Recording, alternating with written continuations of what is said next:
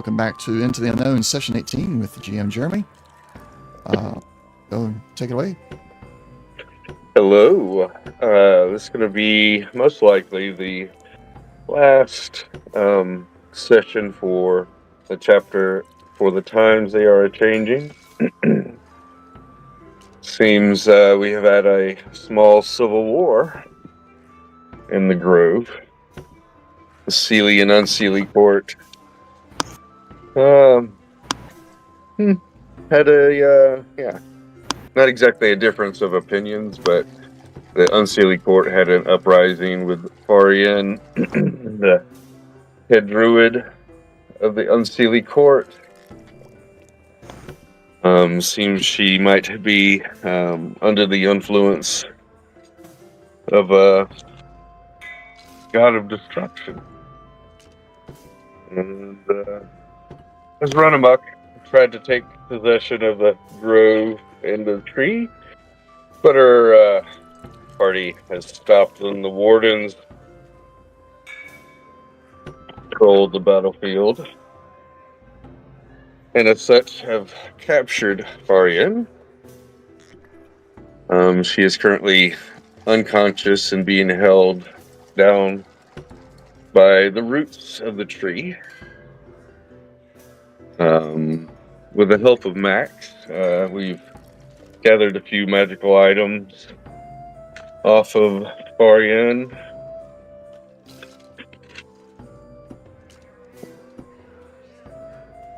I'll ask our residential treasure keeper, Ashra, what items did we get? Do you remember?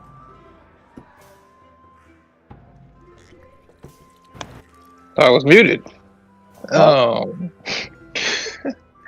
Yeah, we got an elemental essence shard, earth.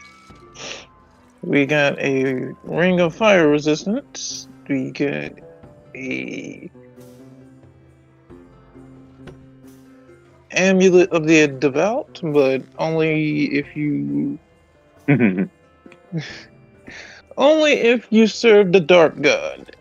And we got a giant not a lodestone, but a giant crystal serving as a power source. And the onyx figurine? Oh, yes, the onyx figurine spider. Figurine of wondrous power. Yeah, basically the same thing as the elephant.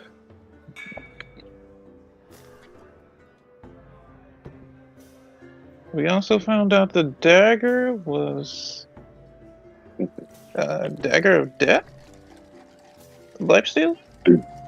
Yeah, basically it's a, like an arrow of slaying almost. So it has the capability of killing the one that it's marked instantly. And it can have a number of individuals marked. Currently it only has one, and that is Cerebel. So we were to attack Cerebel with said weapon, it would kill her. Instant.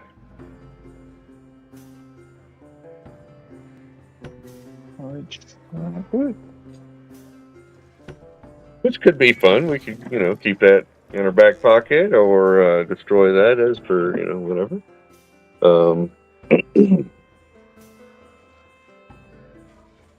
Give it to the tree, see if it could do something with it.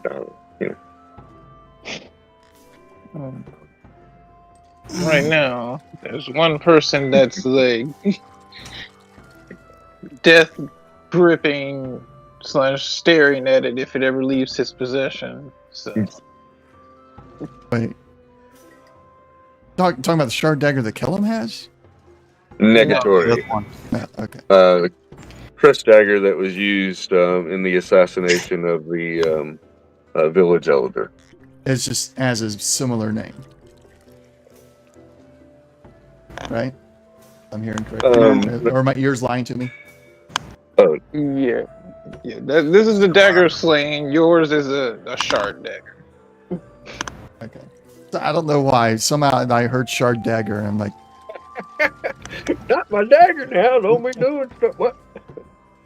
I got a toy. Don't take it from me now. Like cheesecake. oh, cheesecake. Cheesecake.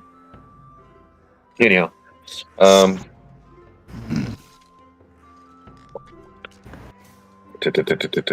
yeah. So yeah, we have that dagger as well. I think that. Yeah, that pretty much wraps up those items there. Yeah, yeah.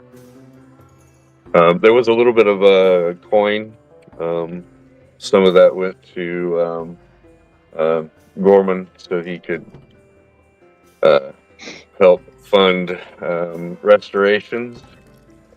And then I believe Max took the rest of it.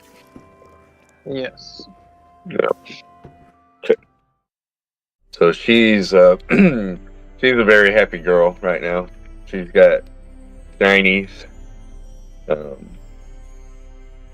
sometimes gold and platinum, and coin can be a little hard to find. You don't really use a lot of it in a ways. A lot of people just use bartering or services and things like that, or a big thing is using gems. They carry more weight than coins, so easier to use. But a lot of the community really just kind of takes care of each other in ways. So Max is delighted to get a good handful of platinum coins and some gold as well.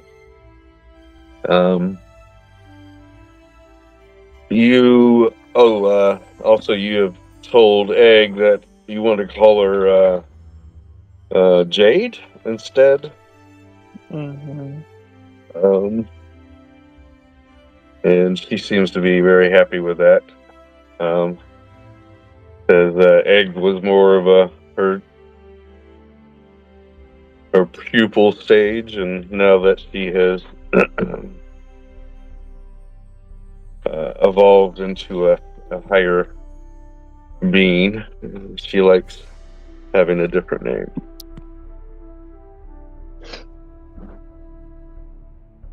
What would y'all like to start doing? Astra, you want in the long run here at least 3 days to do your studies so that you can level up. Yes? 2.5. Yeah.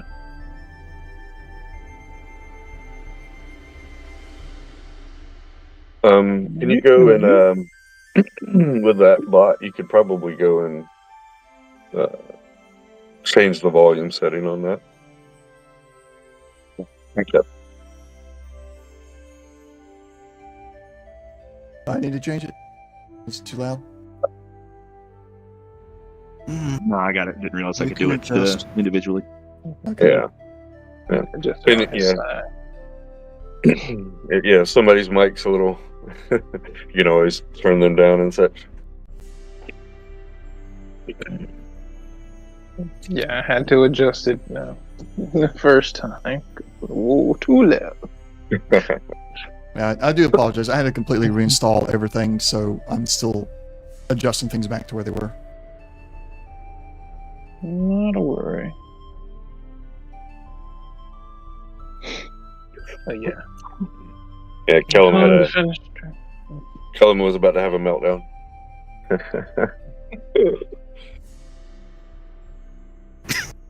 my world is melting. No.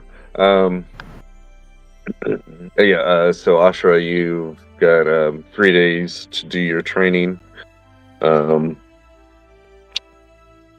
or you can utilize your level. But we could always head out and do some adventuring beforehand. It was more like a day and a half. Right. We had talked about Couple being a suits day. of armor that needed creation. But there's other things. Yep. I'll say the first thing is probably getting a good long rest. Who wants a good long rest? Anybody? Yes, long please. Rest? Yes, long rest. Yeah. Long rest.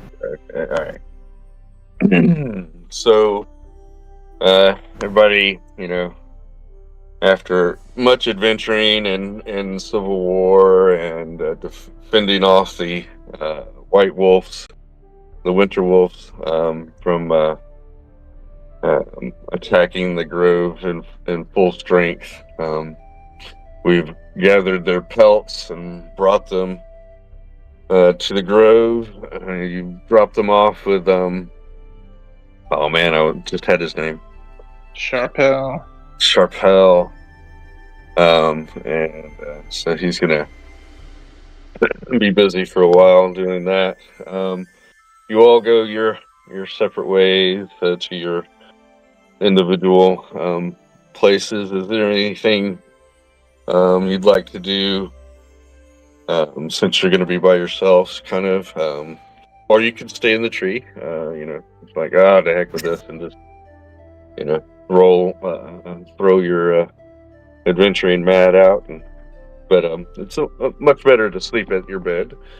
But anyone need to do anything before they go to bed? Take their long rest. For the long rest? Not that I can think of. After I've got at least one idea. Alright. Kellen is going to be double checking his drum, making sure that that's all going well.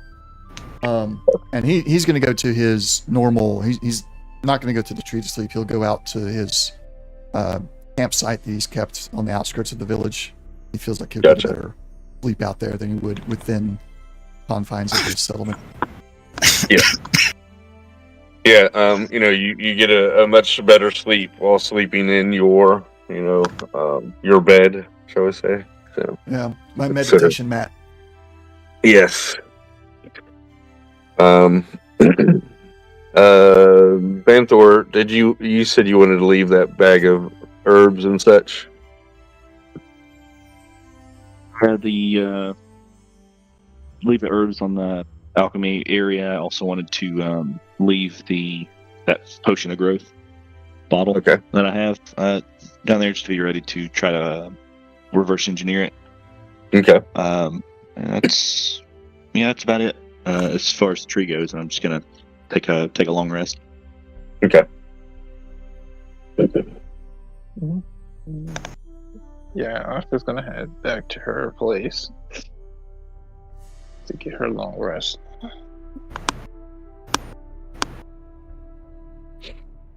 And I don't have to ask Necra. I know you're headed home, right? Mm-hmm.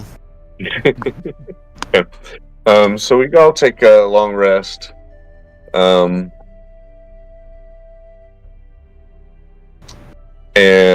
Right.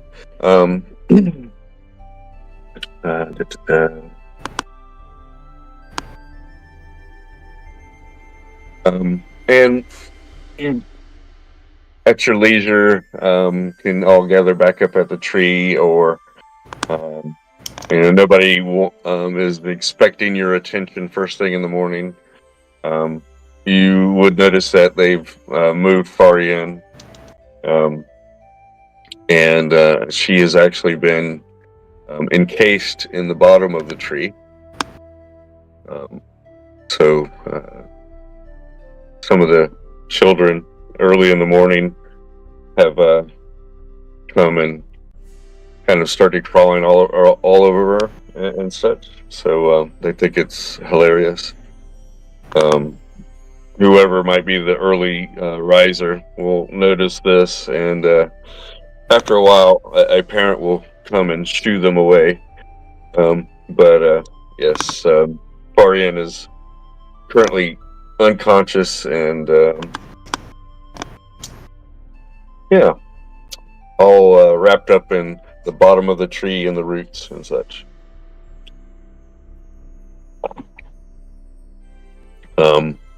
You'll notice also that the Timberwolf has set up so that he can keep an eye on Farian.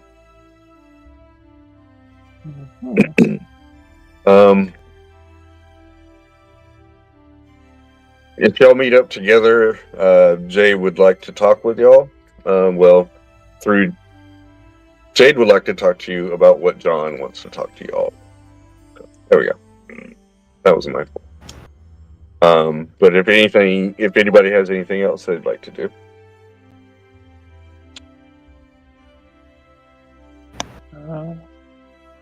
Necra, you had something?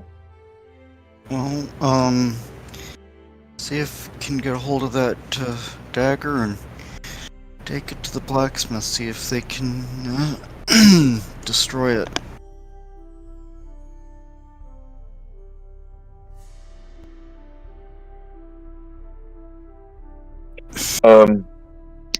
Remind me real quick, Diz.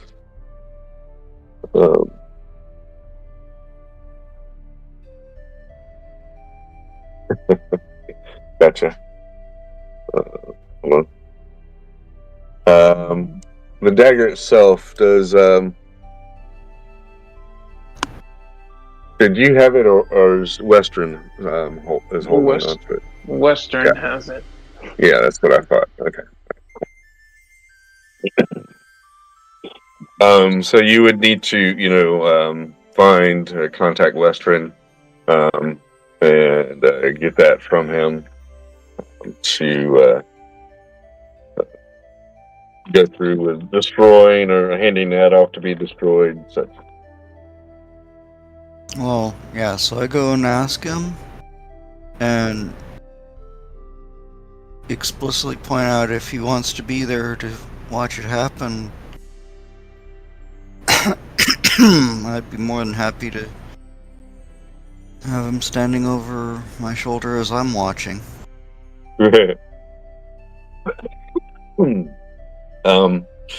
He tells you that members of the newly forming council want to talk about it and have a look at it as well before it's destroyed or what is to be done with it. And would have said that also. It is still a piece of evidence. It is the murder weapon of the Elder.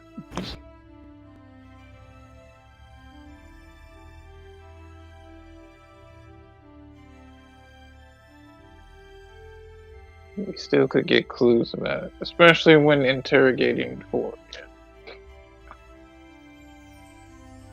I think they are connected.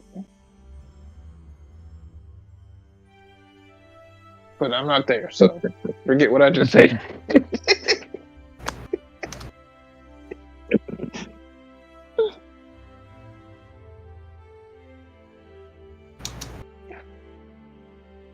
Yes, that looks like Damascus steel.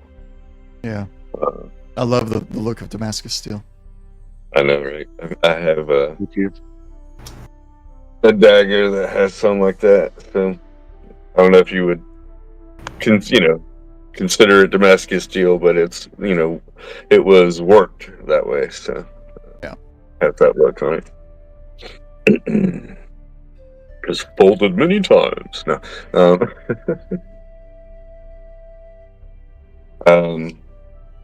So, Kellum, you're asking. It's just inside. It doesn't have to interrupt any story. It's just if anybody has it written down somewhere, they could put it in real quick. Otherwise, I don't really need it for anything in particular right now. And you're talking about the dagger. The one that dagger of death. Yeah, the one that they're trying to destroy. Gotcha, or use as evidence, depending on who you ask. Well, yeah, the picture is actually of a crystal dagger. That's the style of blade that we were discussing. Yeah.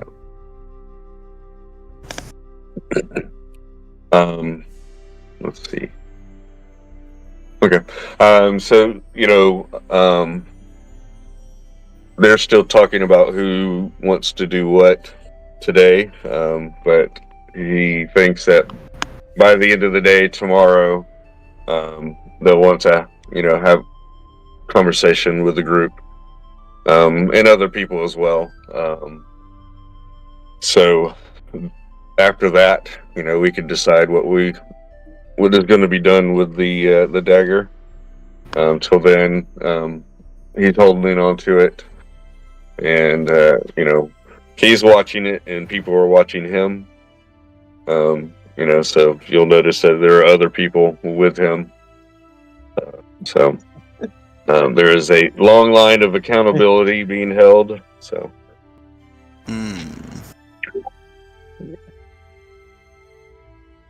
You can be sure that if anybody tries anything, somebody's gonna say something.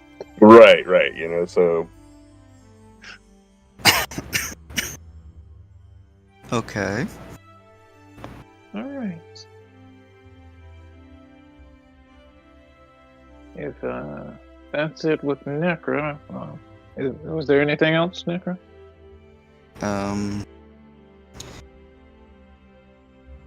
I have a stupid idea that I probably shouldn't even consider. Now you We brought it love up. those. Now Those you are the gotta best. say it. You Yeah, can't say that. You can't just say that and not share. Come on. That's the Okay, best so idea. how high is this guy's perception?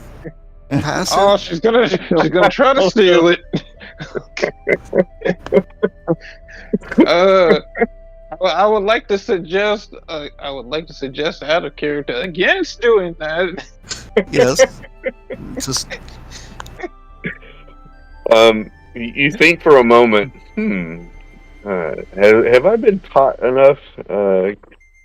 How well can I, and you inch closer, and if Western doesn't look at you side-eyed, one of the other ones kind of do, and you get it, no, maybe, yeah, maybe not, I mean, I could, intrusive thoughts, so. You certainly could give it an attempt, but then you just get that itching at the back of your neck, like get that feeling someone's watching me. The song just starts playing in your head. Oh, that is a horrible song. It is, but it just fits. Yeah. The thought occurs, and then, not yet.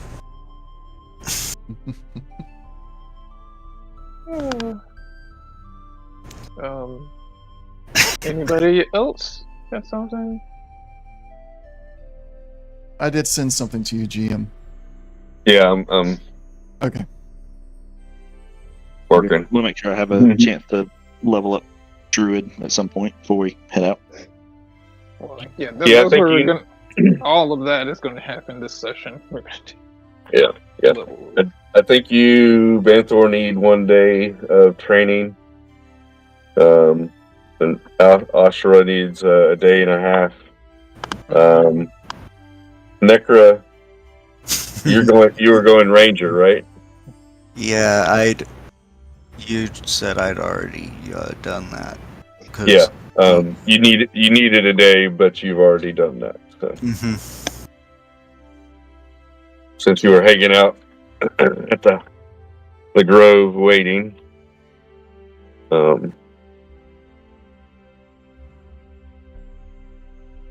So, Kellum, you want me to verbally or type in a response? Type. Okay. All right. If you're okay with it being that kind of secret. Yeah, I'm fine with that. Give me a second here. Sure. Oops, that's not the button.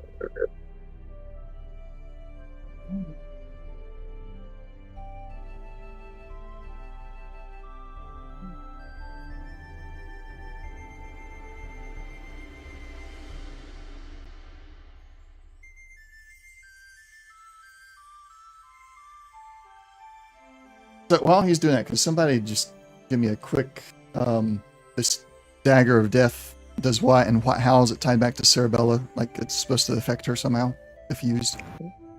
Dagger of Slaying. Dagger of Slaying. Curse dagger. So if it's working the same as an arrow slaying, which is an actual item, whenever you strike someone, it has the potential to do extra damage. So an arrow slaying you can get particularly to mark people, such as dragons, a certain type, dragons, giants. When you hit them, it does an extra 6d10 force damage. Piercing. Oh, it's piercing? Thought it was Yeah, force. it says Piercing. DC 17 con save. If they fail, they take 6d10 piercing damage. On a fail, on a success, they take half. Yeah. On top of the normal damage of the arrow. Yeah. The cursed dagger is marked with to cerebellum. Basically, there's a magic thread that's going from the dagger towards her. And so if she was to get hit with it, it could either instantly kill her or at least do a lot of damage. Okay, so this one somehow has gone above and beyond just marking a type of creature. It's marked an actual individual. Yes. Yeah. Her That's why specifically. we're so like, let's get rid of it. Gotcha. Mm-hmm. Yeah. And We there's better to no keep her equal away to from know. it. It's definitely good. And listen, we can find a way to break that connection, that thread. Something. And we do know it's cursed.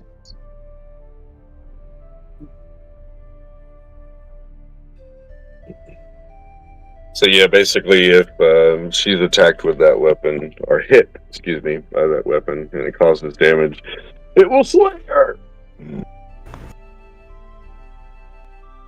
Good old metal music. Yeah.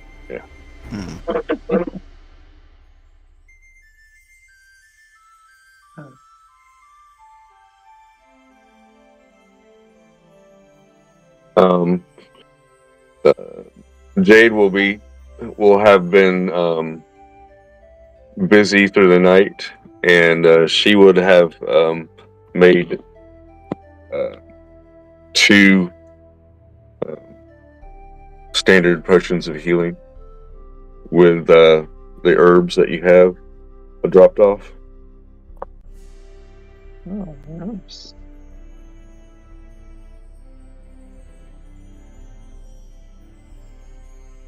Let's see. Well, yeah, if there's nothing individually, I would say the next thing would probably be talk to Jade and John. That is weird still. True John. Jade and John. I would think talk to them and then see if we can question Farin. Be the next suggestion after. So you said you wanted to question Farin, and what was the other part there? Talk to the tree and Jade first, and then question Farin. Okay, gotcha.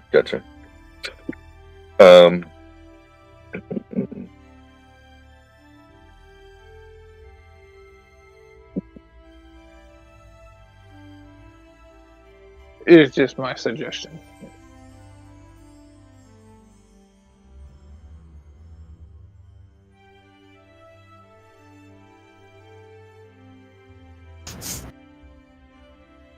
Sorry, a little caught up typing there as well. No worries.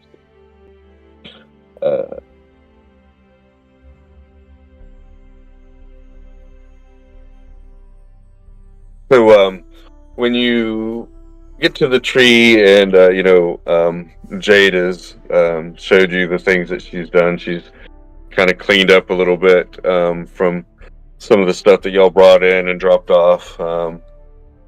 She's organized the herbs that were given to her, and she's also made a couple potions. And you notice that there are vines, almost like tentacles or wires per se, going along the inside on the wall in the workshop, and they all kind of come up to the center of the room on the ceiling, and a large, about the size of a basketball, and they're wrapped in a tight knit of vines that have pulsating white and mostly white lights flowing through the vines and going to this ball and then kind of back and forth and stuff. So it's kind of like pulsating, like a heartbeat almost, with the tree.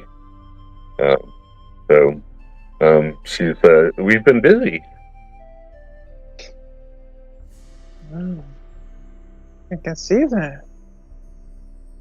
You've been cleaning up and doing a little crafting. Yes, it calms me to keep my hands busy.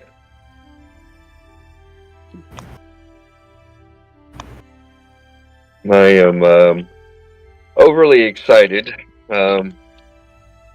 since meeting and joining with John. Things have rapidly expanded. John has a lot of interesting ideas and concepts, and he doesn't quite communicate in words, so sometimes it's been difficult to figure out exactly what he's talking about. Mm-hmm.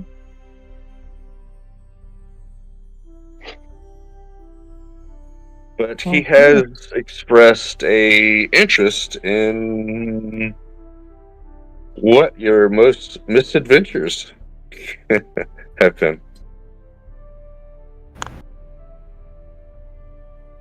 and how they have led to Farian and her decision to try to take over.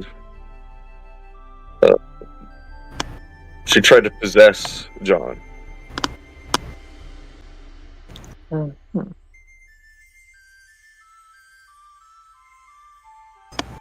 Well, we don't exactly know what her motives were yet. We are planning to question her after this talk. You want it?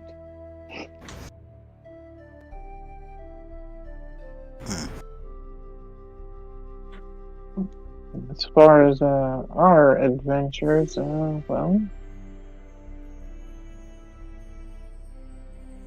we've been out this past couple of days.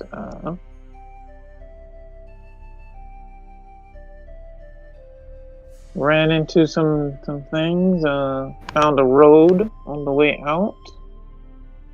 Ran into some kobolds, the greens, with their leader asking of favors of us.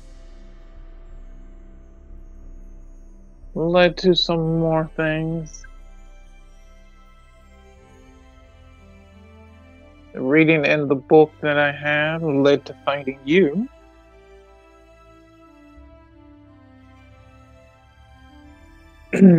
Yes, that is a reconstruction of the diaries that my master wrote, or my old master. Seems John has his memories, or at least some of them. Yeah. Yes, well, it seems a large part of his responsibility is to collect the souls of the dead within the forest.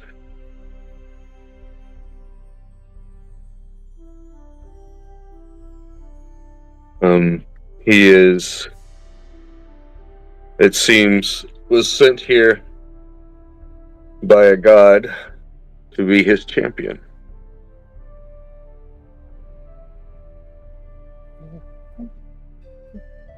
Okay.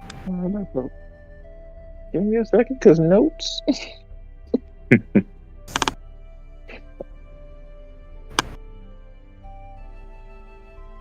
So the god Sylvanus summoned him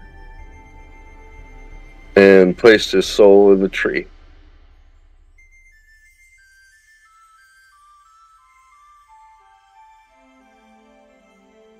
So, wait, his soul is in the tree.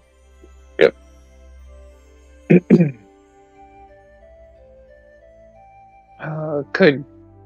Does that mean could John, you, the soul, want someone help me with this book?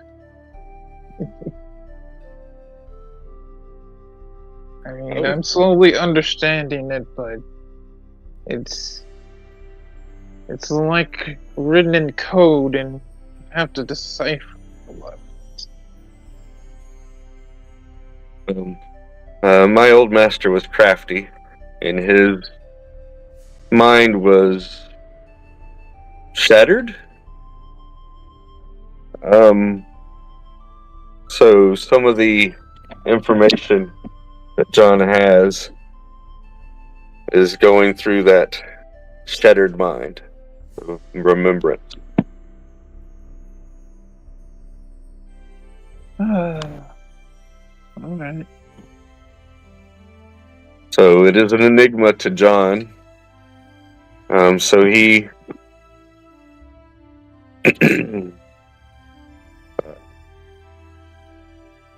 asked the deer? I don't understand. Well, he gave the book to you. Okay. Well, I will continue to try my best to decipher the code.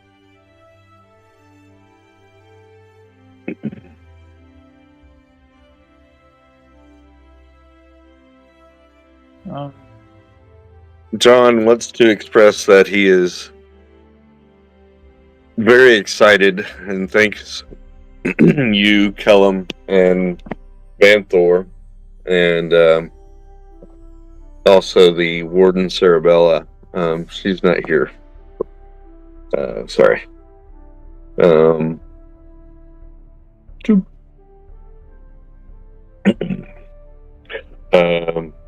He says that he has gathered much power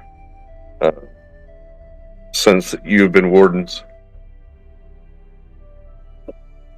He says that you must have been doing a lot of adventuring and is very curious.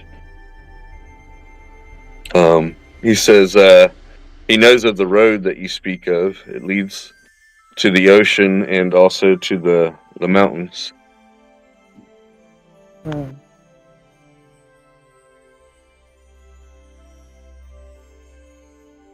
Yes. There's a old dwarven settlement in the mountains, and a an old settlement on the coast that are connected by this road. Mhm.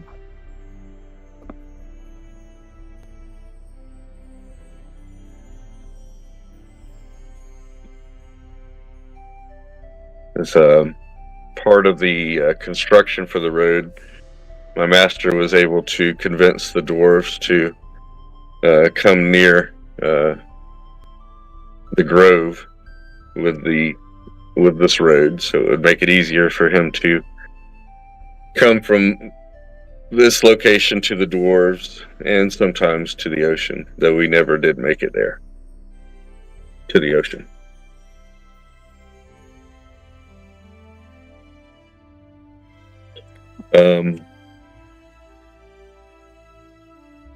So very soon there will be some decisions that will need to be made about his growth, John's growth. If there's anything in particular that the wardens need or suggestions from the wardens, John's mind is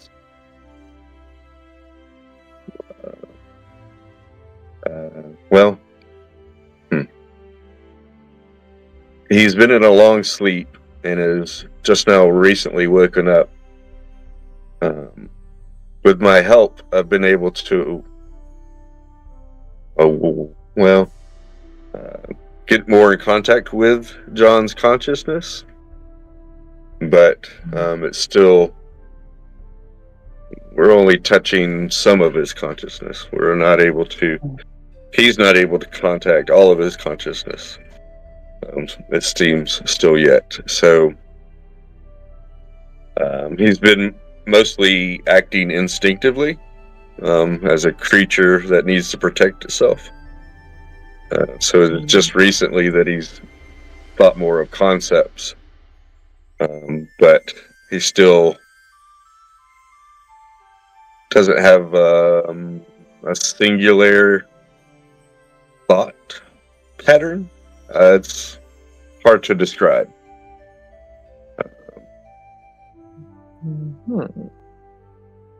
It's as if he's not in touch with his full consciousness. Okay. Part of him still slumbers.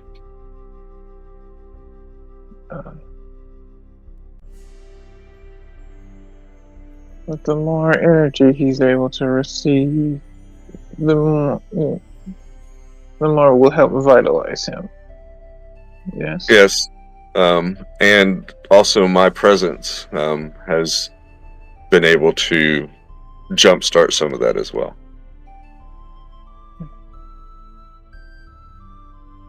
Has you or John been able to figure out what has brought down the magical barriers since the other day?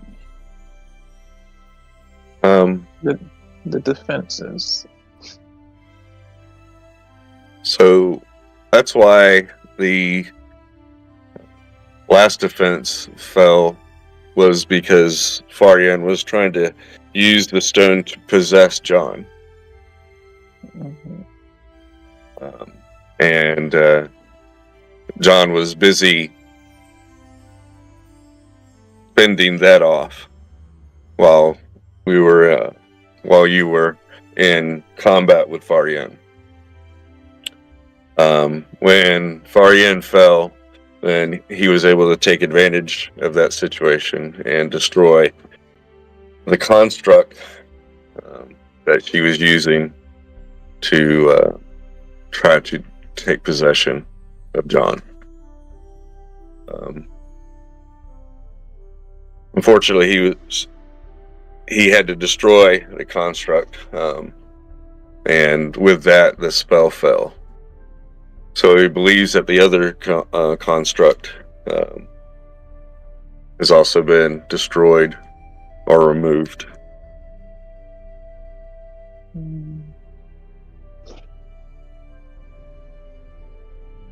So that's why John wasn't able to help you much during the battle, she says. Oh, he was there. He did plenty. I appreciate everything he did. He saved that young boy's life by restraining him. John has a interesting ability to see into people.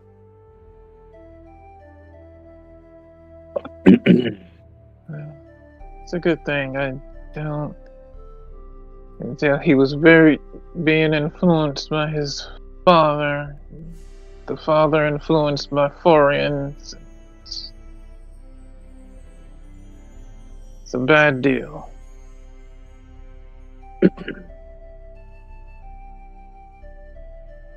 Ron says, or I have a picture of water and blood being mixed together. Oh, he says family sometimes, yes, family can, sometimes influence you strong. Mm-hmm. Blood is thicker than water. Right. I didn't think of it. Just like picture of blood and water. Wait, what? Oh, that saying. Yes. So she gets concepts and visions from John, not so much words. Mm-hmm. I understand. We perhaps we'll be able to bring more information about what we can do and what have after we question for it. If we're able to get more information from her and her motives. As for now, we're just trying to make sure things are settled, calmed, assess any damage that's been done because of the fighting the other day.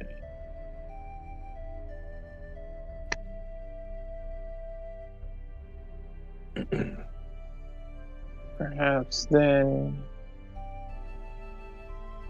once we things are in a better state, we can then look on the outside to see what outside influences may have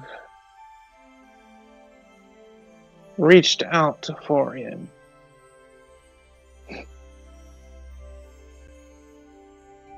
The death of the elder,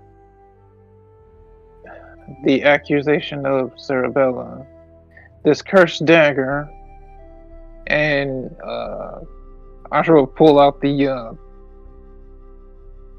amulet,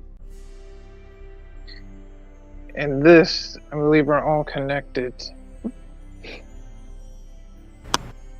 and they all, well, at least this amulet leads back to the dark god, death god. We need more information on him.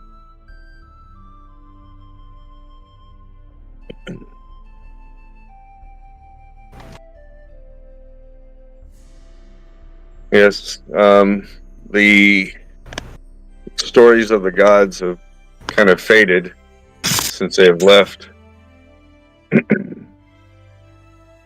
We haven't had much we haven't had any contact with them, it seems.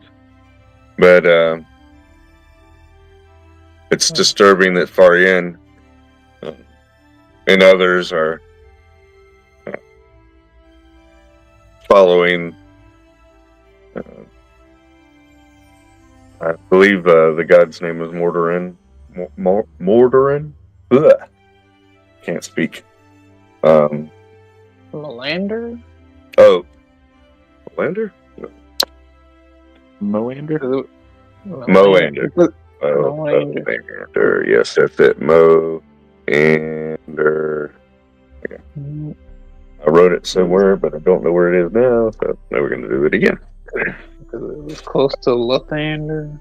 Yes, that's why you kept. Yeah, I keep saying it because it's I know close it, right? Where's the L coming from? That's the only way I can remember it. All right. Association.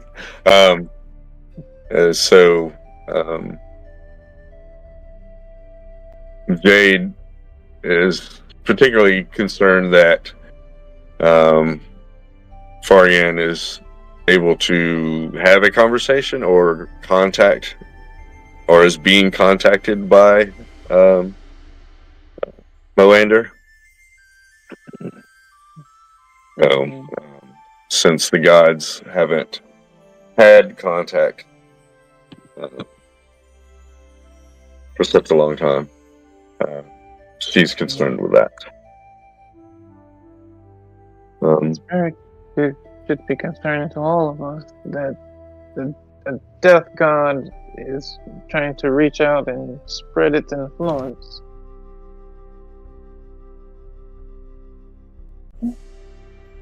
I have to ask now. John is being insistent.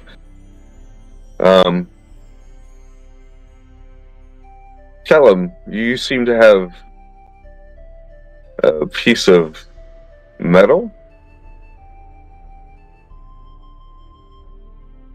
Shard from the tower we went to. And it seems that Max, or the one you call Maxie, also had some of this metal. John is curious about this and anything else that you found.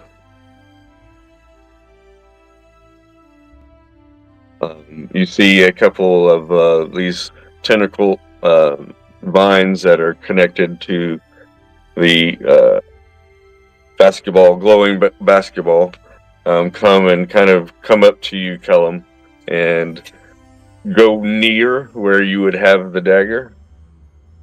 Or the shard, excuse me. Shard dagger. Yep, I'll pull it out the normal way to where it's facing forward. Then I'll do a little flip around and handle first to the vines. Okay. Almost, seeing this, a few branches kind of pop off, of this vine, grow real quick, and take the dagger, the shard from you, and kind of spin it around like, an expert dagger wielder would, in their hand, and then kind of hold it for a moment, and turn it left and right to as if he's inspecting it, right in front of you and such. Mm-hmm. Okay. And then some of the vines wrap around the hilt area and kind of solidify, harden, and that it places it in your hand and it breaks off, basically. And he has wrapped the hilt in vines, and you feel a connection with your tattoo, and this is set this up as a spell focus. Spell focus. Okay. All right. So anytime that you have this in your hand, you have +1 to your attack roll or DC when casting warlock spells. Okay. You mean like Rod of the Pack Keeper? Come again? Like Rod of the Pack Keeper? If that's what, yeah. I mean, does that have to be attuned to?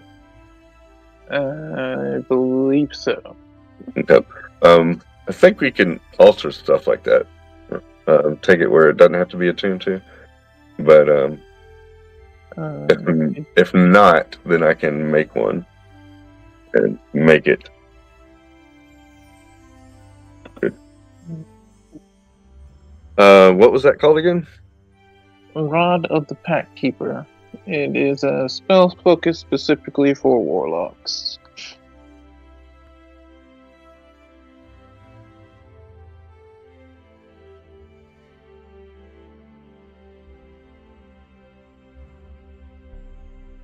And it's a +1, 2, or 3, depending. Gotcha.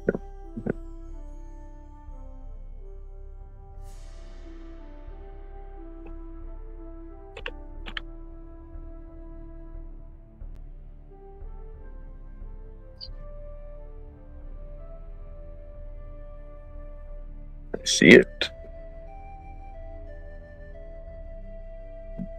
I Well, holding the seriously rod. thought we had a cheesecake situation going on. What? Mm, I was a little concerned. yeah, well, Oh, you thought I was going to take it from you? Oh no. No. I Yeah, won't do that. it is I was like, it's an attunement. I got it. Yeah. and it sounds Okay. like the rod is a little bit better, but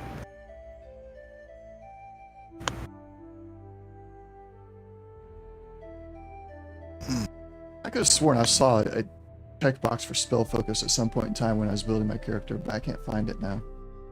Gotcha. So yeah, it gives you depending on its rarity, you get a +1, 2, or 3 to your spell attack and DC, and you can use it in action to regain 1 spell slot. What's it do? Yeah. We'll hold off on the in addition to. In addition to, Hold off on that second part. You don't get that quite yet. Yeah. Yeah. So what I'll do is you can either put that on your character sheet, and since you don't have to you don't have a bunch of items to worry about attunement, you can Okay, go ahead and just attune to it. And what I'll do is I'll make a different one with the dagger stats and such as well. So Explain to me what I'm adding, because I got a little bit lost there while y'all were talking about it. And Yeah. I'm not sure. no, that's fine.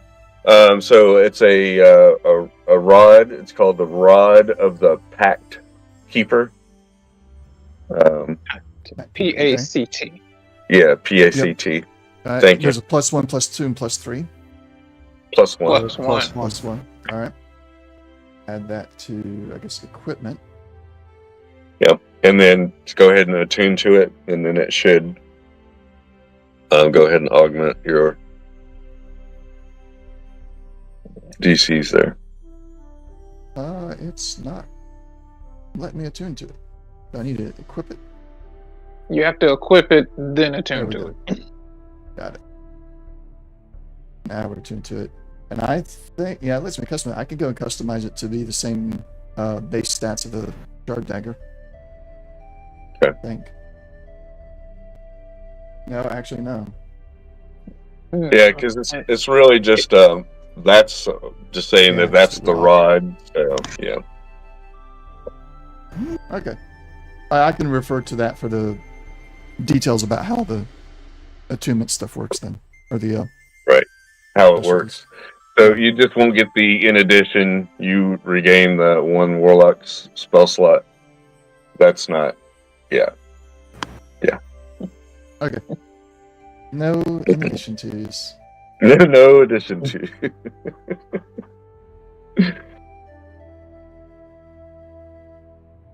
But it should have changed your DC and your attack values on warlock spells. Spell attacks +4, saves DC 12. Let me unequip it and see. Yep, it did. It does correctly. Okay. Alright, cool.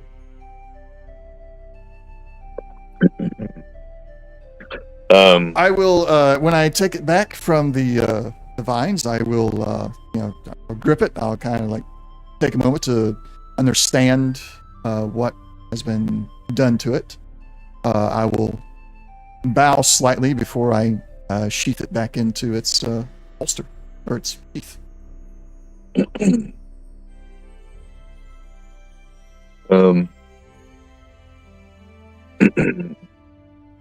There are many items in the world that can be manipulated and changed. So this metal is very interesting and has been affected interestingly. He says that this piece of metal that you have is very rare.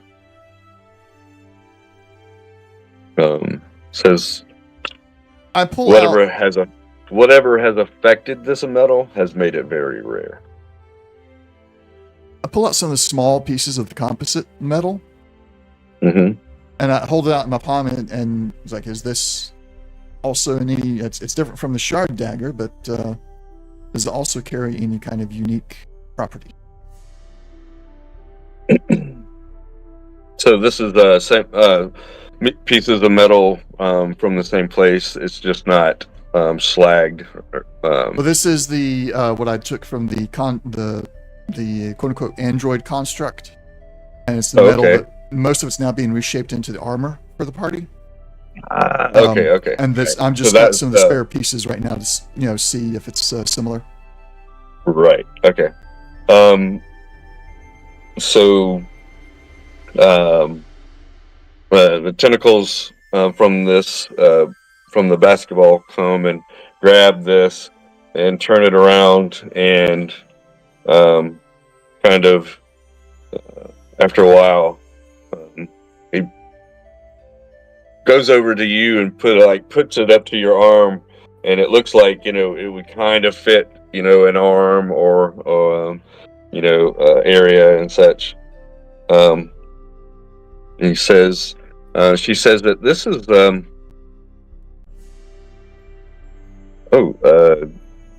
you mean and you can see that she is kind of thinking to herself almost, not looking directly at anybody, and you can see that she's like questioning, has a confused look on her face. There we go. Says that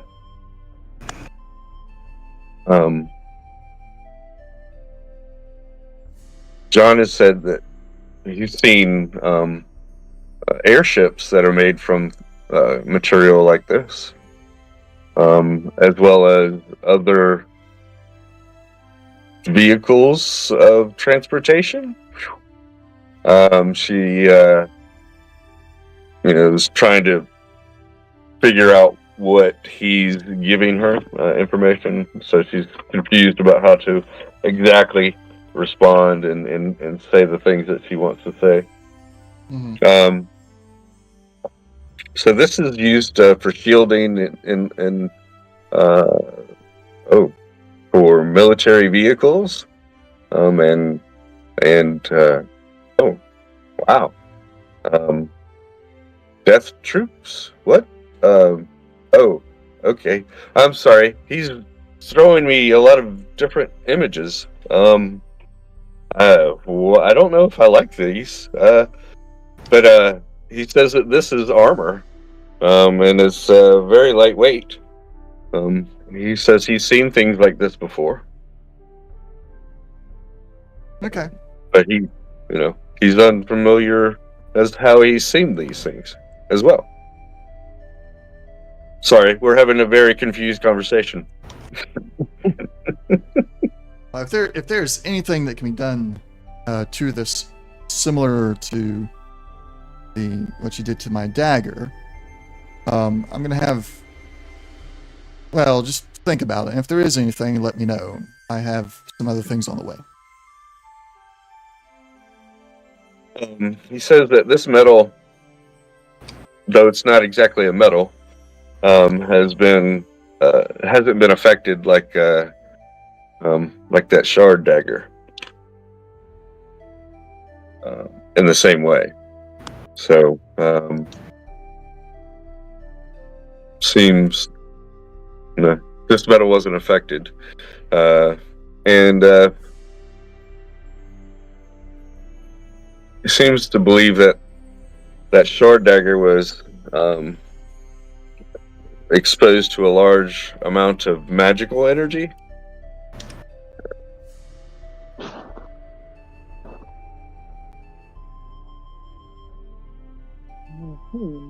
He's very curious if you have any other pieces like that or anything else. Just all I have is the dagger and these pieces from the construct. There's the hammer. Hammer? Yeah. That was a hammer. Yeah. Same The as sledgehammer. Banthor has the Yeah, hammer. it's basically a sledgehammer.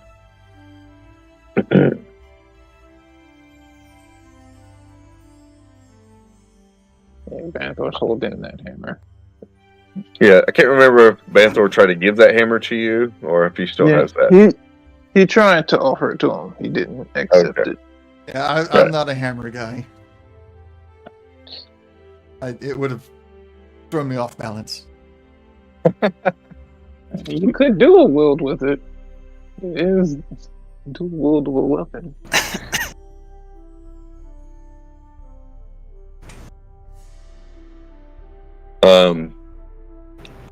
Okay.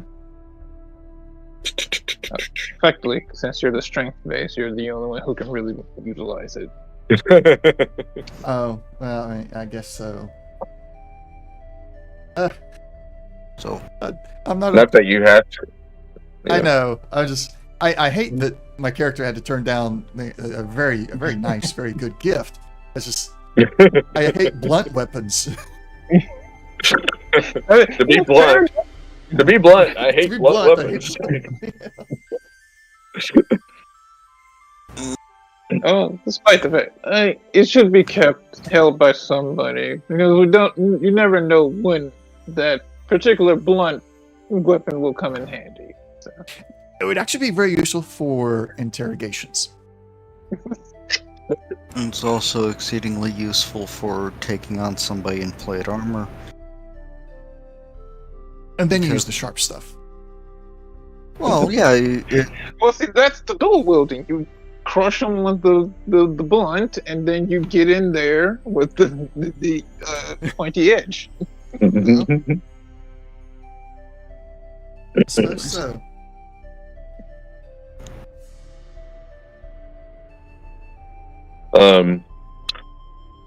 Does anybody else have any items of interest? You know,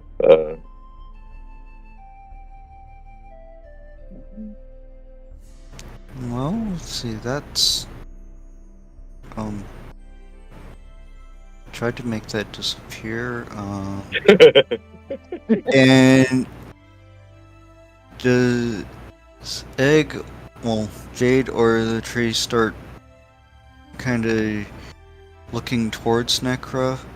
Mhm. Or just like, yeah, you exist? Well, so if you're, like you said, hanging to the side, you know, unless,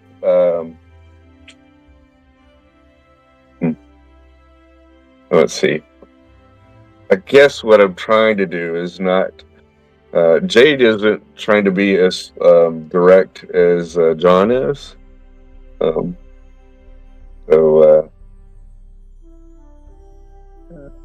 I don't In other know words, exactly. they're suspicious. They know there's more, but they're not trying to say it out. Well, Jade's done. Right. Trying to say, I know there's more things you're not telling me, or John says there's more things you're not saying, but Like you got an item, Ashra. yeah, that's why she hasn't said it. Yeah, I'm saying, like, wait a minute, I got called out.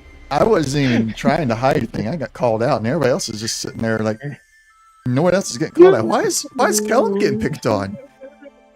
Well, you were picked on and rewarded, you know. So. Well, yeah, no, I mean, I agree. It's a reward, but now it's like, guys, I got rewarded. Kellen's gonna look at everybody just kind of like one eyebrow raised, and just sitting there tapping the new nice grip on his dagger.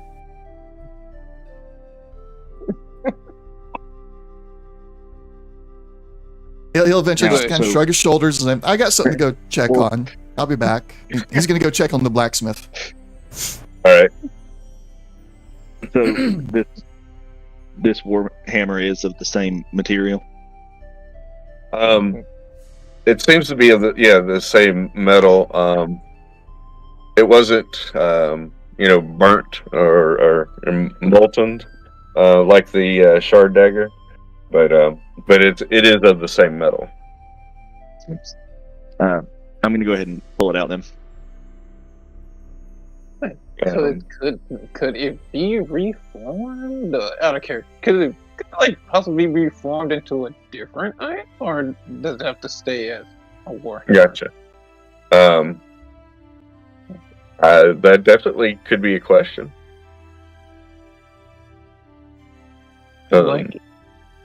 Maybe if we find out. Well, I guess that's something Ashra would go to the blacksmith and ask then. So you gotcha. Yeah. So you pull out the warhammer and set it down. The vine come and pick it up, kind of heft it, like he was, two-handing it, there, swinging it around a little bit. And Jade's like, well, this is a very well-balanced tool. He says that he wants to hold that piece of armor that you had. Kellum just left. Did you leave the armor, Kellum?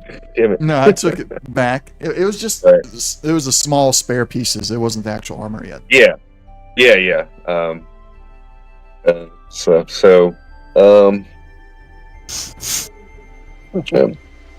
Says that it's made of the same material that the armor was made out of. The handle.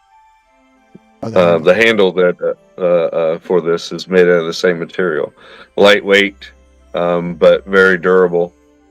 And the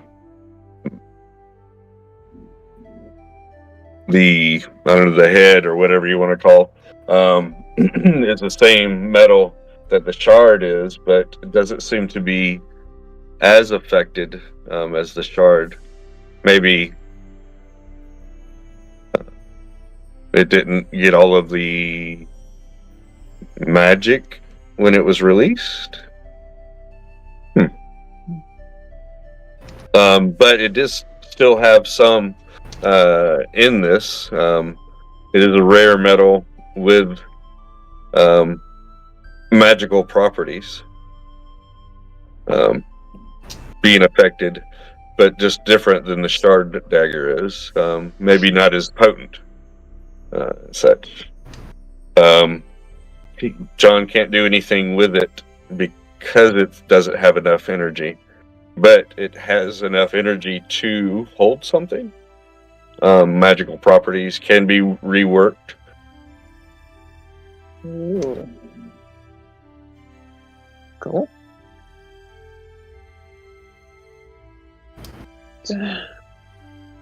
Definitely worth holding on to.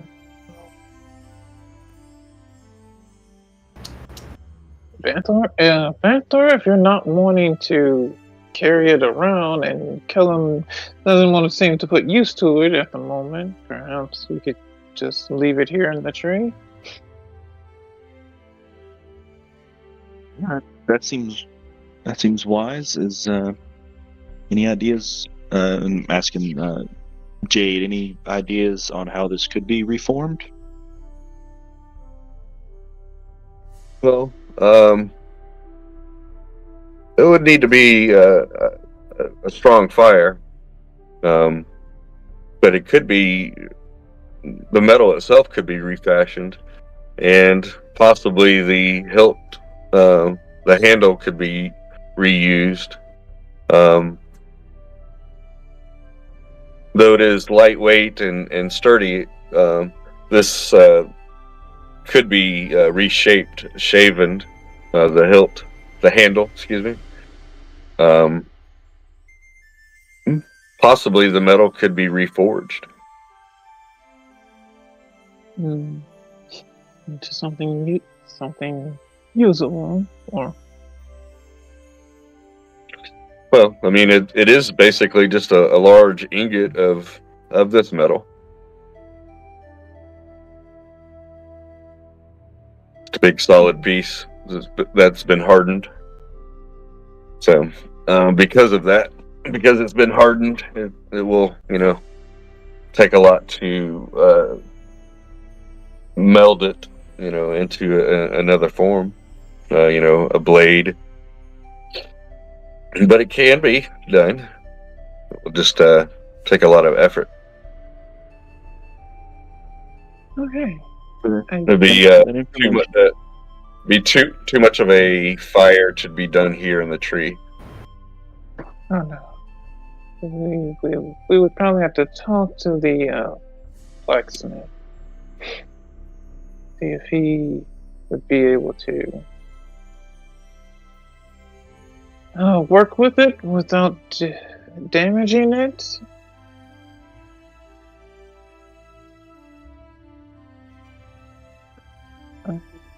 But if it's possible to get it reshaped into something, perhaps something for Banthor to use? To utilize? Since Killam has a piece that he's making use of? So I wouldn't say no to that. And Jade, it is very important to me that you know this. Any fire is too much fire for the tree. Is that understood? He says that as we look over to the small hearth that is in the tree. There is a small forge, and I say forge, and it's more like something that you would use for small task or repairs and stuff. Brutations. or like jewelry or delicate items, and procuring clay and things like that if you made bottles or other things like that, like a kiln. It does get hot, but it's not that hot. Right. So, more like a oversized and bulked up brazier, not actually proper hearth or forge. Right. Just yeah. Which More hot enough to do much with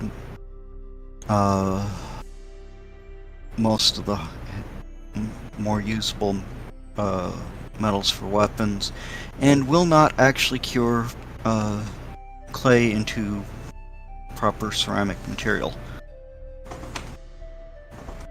Yeah, it'll just harden it. You couldn't make ceramics and stuff, but you could, cure clay bottles or pots and things like that as part of the potion brewing formula. There we go. I wouldn't think it was any kind of open flames or anything. No, not like not an open flame. Yeah, that's what I was referring to. Like no open flames. We're talking just like embers, hot, cold, and stuff like that. Yeah, enclosed and such. You could you could probably bake some bread in there. Ooh. I see it. I see. Turn into a kid. Yes, cookies. Exactly what I'm thinking. Make some sweets. Jade's gonna have apple fritter cookies or whatever. Next time you think.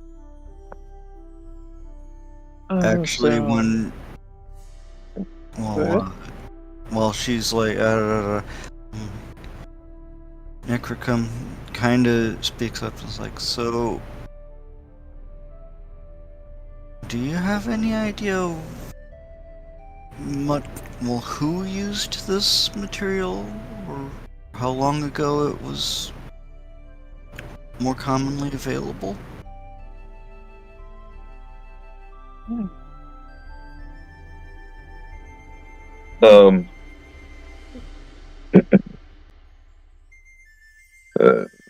You did say John John saw this being Yep. utilized before.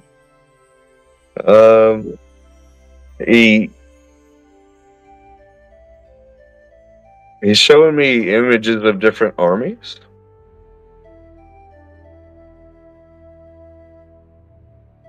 Different. And different constructs, vehicles,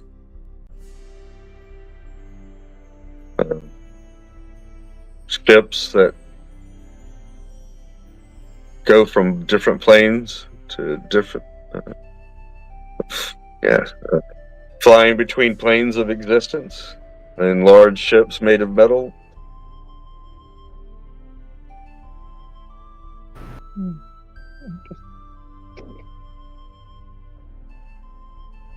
Any? So, but he doesn't have a time, or I think that might be part of where his disconnect is he has a disconnect with time. Okay. Convenient. Fine. Well, no, I mean, it's not just convenient. That's No, basically, you know. I know you would think, oh, it's convenient, but no, it's not. That's no. So it's cool that we're actually getting into that. So, you know. That just be so- out of character. She Yeah, doesn't actually say Jeremy. that. Yeah, I hear you, Jeremy. Yeah. Mm-hmm. Next thing you know, everybody's gonna have amnesia. Not the old amnesia. Yeah. Everybody just wakes up one day. Who am I? Who are you? I mean, his name is John Doe. Does John, in his fractured mind, when he's thinking about these materials, does he get any clear image of maybe possibly the people using? Is that a thing?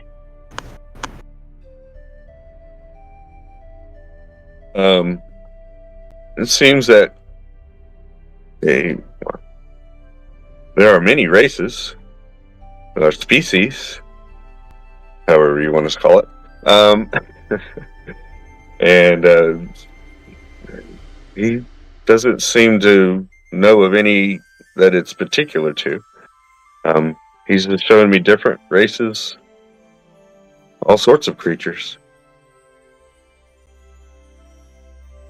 Any of them that resemble Necron here?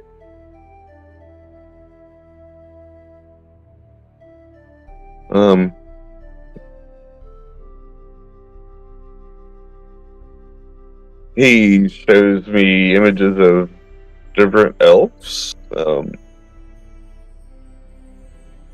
working together in ships, but nothing in particular. Okay. It also shows me ships of all sorts of races working together, flying between different realms of existence.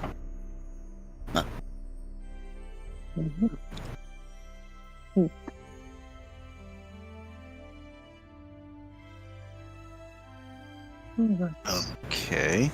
And Interesting.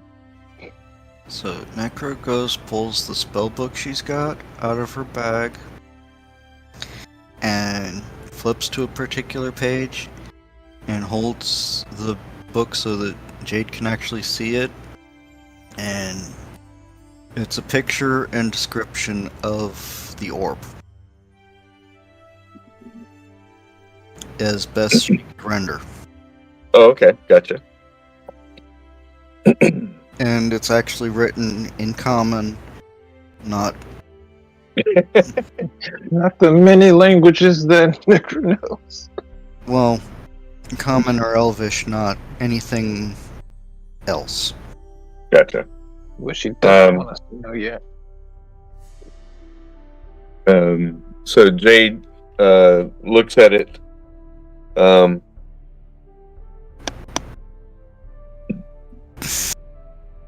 Says this is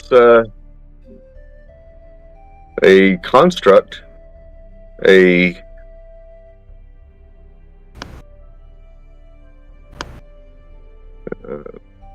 a thinking construct. Okay. Yes, he says it's some kind of thinking construct made to hold and handle information.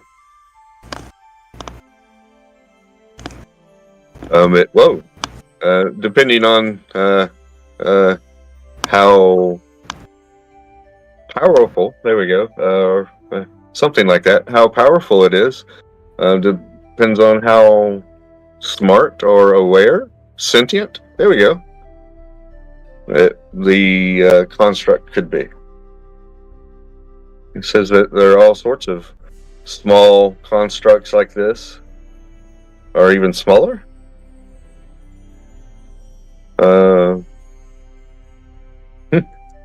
Things that you can hold in your hand.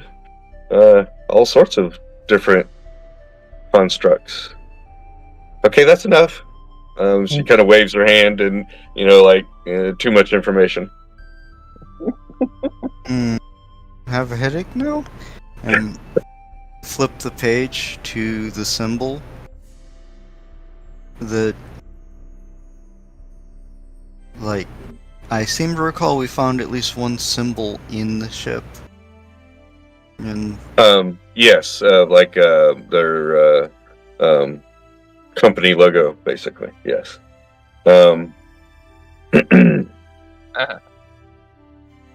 She, says that are you talking about language or are you talking about logo? the logo. Yeah, logo. That's what I thought.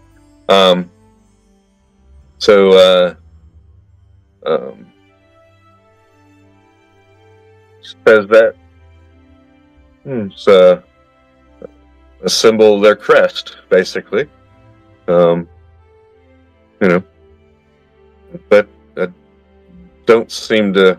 he doesn't seem to recognize it, though. Okay. So close the book and stuff it back in the backpack. He wonders, where did you find this? Same place the dagger and the bits of armor and the hammer came from. And it is destroyed. That location is. In fact, it's. What?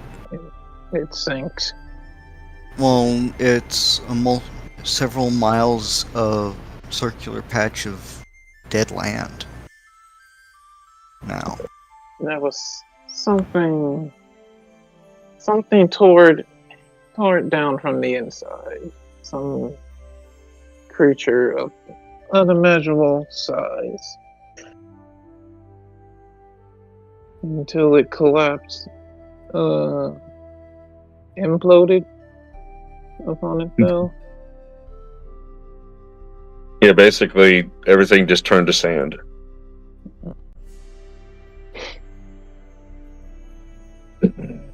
We barely made it out of there in time before we were caught in it.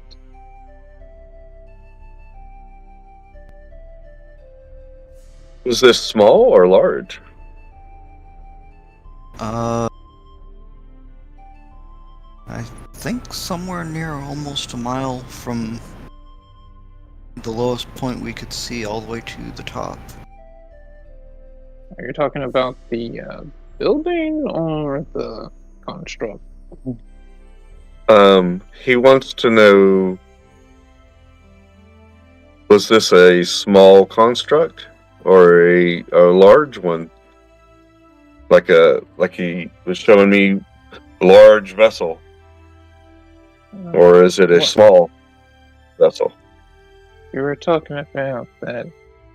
The A building. question with when Necra opened the book, was she holding it up where anyone could see that, or did she move closer so just Jade could see it? She's trying to avoid getting within tentacle reach, so yeah, everybody could have saw this. Okay. Yeah. Oh, Like, then If the tentacle started heading towards her, she'd drop the book and bolt. Alright. So when Jade asked what size it was, I'm trying to do a minor illusion and show what it looked like actually. Okay. Oh, that's like one of the vessels he was showing me. Not exactly, but I mean, yes, he showed me many vessels like this. Wow.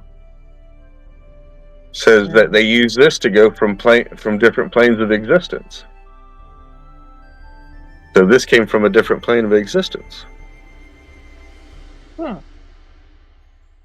So it's very. It's able to travel through planes. It would be very important for. That's why they sent us to it. They wanted us to retrieve it. So you basically show them an image of what you saw, the tower? I can show them the tower too, yes. Okay. So what did you show them? Sorry. The construct. Yeah. Oh, okay. Sorry.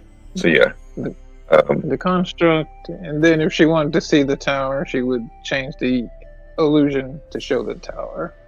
Okay. So that's what she was saying. I misunderstood. I thought you were showing the tower, not just this ball that speaks or the spear that speaks. The AI. Okay, well we can flip that first. She showed the tower. Okay. And so then she says that that's a vessel used to travel between dimensions. It looks like he's showing me crashes. Looks like this vehicle, this construct crashed. Okay. It crashed. But he wouldn't be able, he's disconnected from time, so he wouldn't be able to tell us when. The same thing. Well, he doesn't know. He's just showing me different images of vehicles like this crashing into things. Oh my! So, oh my gosh! Oh, I'm sorry. Your thing is doing the strobe. Your stream. What It was because I was actually on that screen. Yeah, I noticed that's what started happening. Yeah, I just looked at it and I was like, "Ooh."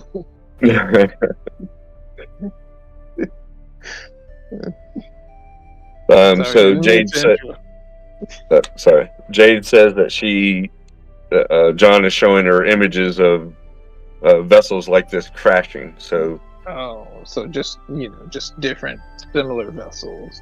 Yeah. So I get an idea that this vessel crashed. Okay. Well, certainly seems like it. There was debris and everything surrounding, and it certainly looked worse for wear. Everything was mangled and such, inside and out.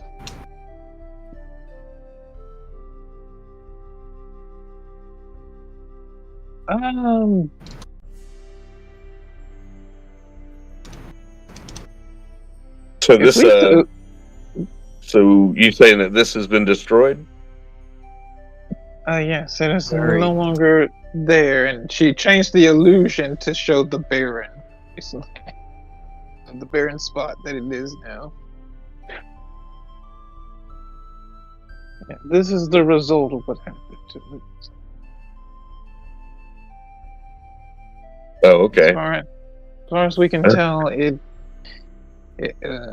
imploded and then sank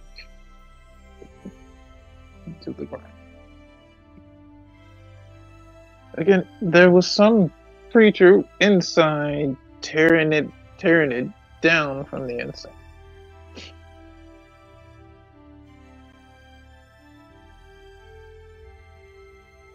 He says that Jade says that the other item that you found, item you found, the one that was in Nectar's book, and the one you showed her, definitely would be one of these constructs that holds information or uses information.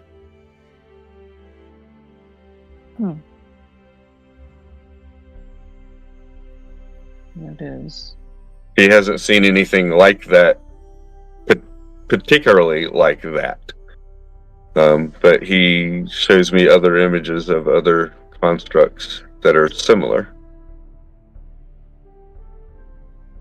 When I saw it, held it, it certainly felt like there was something more about it. I hesitate to say a sentience, but definitely there was more awareness in it.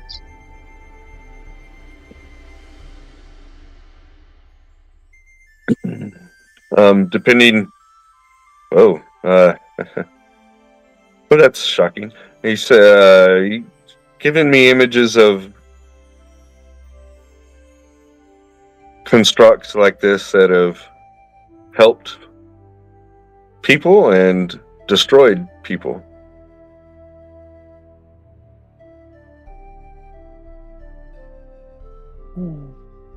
So, and not to be used, not to saying that it's a tool, but that these constructs actually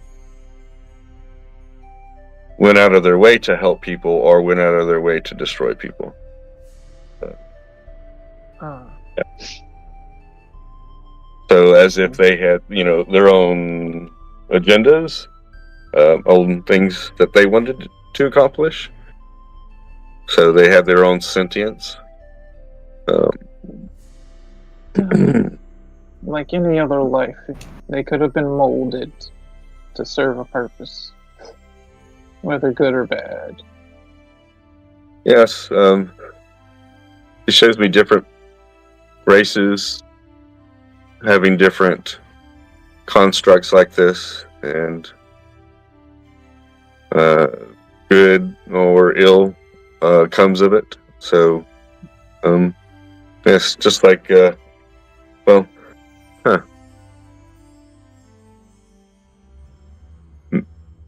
just like you were saying, an individual can, do good or evil. So.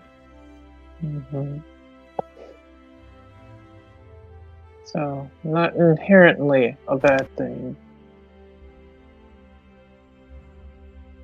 But they're all, it seems to be a very smart, crafty, clever. Yeah.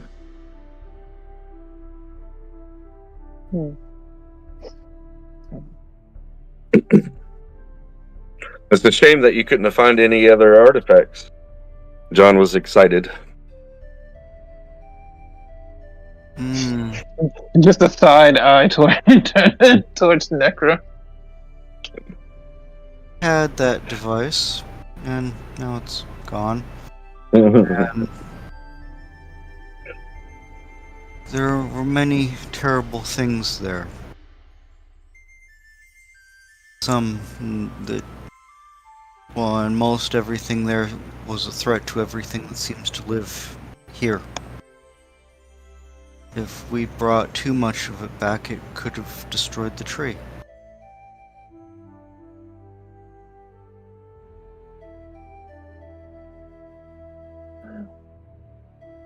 Well, We don't know that.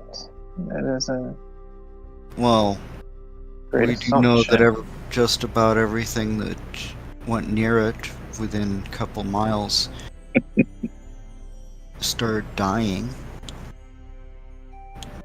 Well, we figured because of that it was hooked to some type of defense mechanism.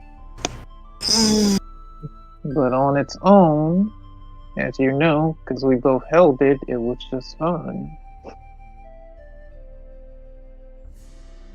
Yeah, what we pulled out of there was okay, but if there was more stuff, who knows what could have happened. In fact, since we don't know what was what, somebody could have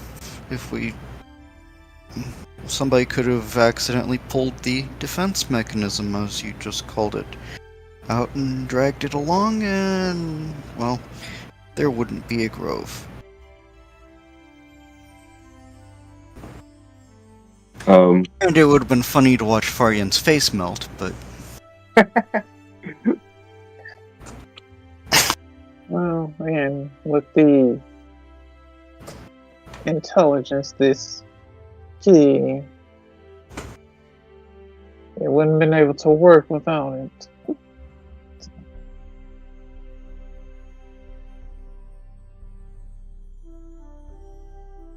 You say we took the heart or the main source of power, kind of like that giant crystal that the tree is using.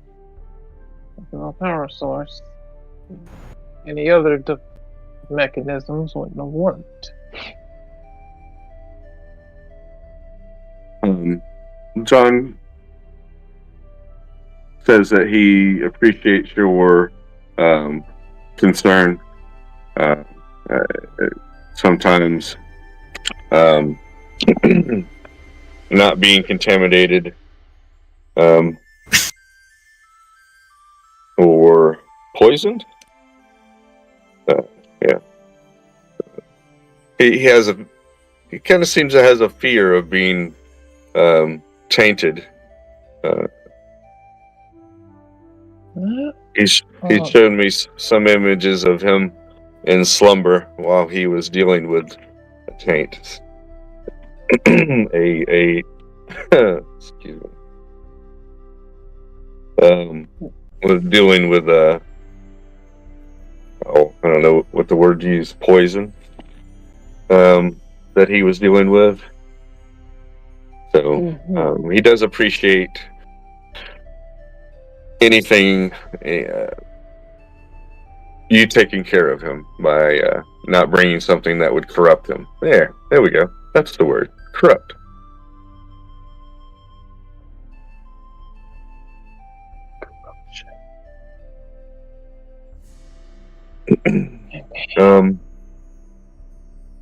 Again, he's still looking for some advice. He feels that very soon he will have gathered enough energy, power to do some more expanding of the grove and other. He's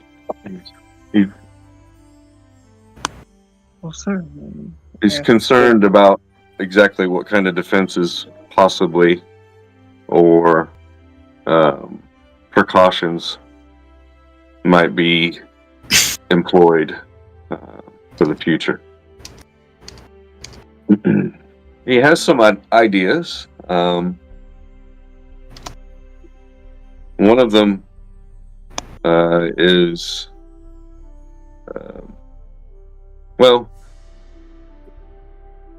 being able to transfer information about everything that he sees in the grove to here.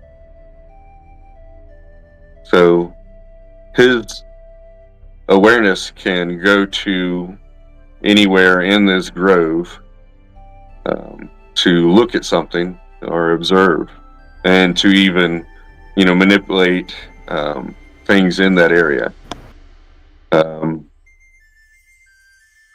He's trying to figure out a way to share that information with either somebody here in the tree or near the tree.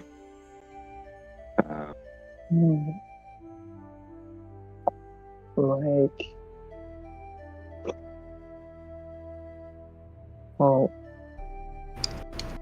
if I'm not mistaken, doesn't he has a close connection with Banthor here? Could he? Yes, Banthor's willing, of course. Could not enhance that connection they share. That definitely could be a possibility.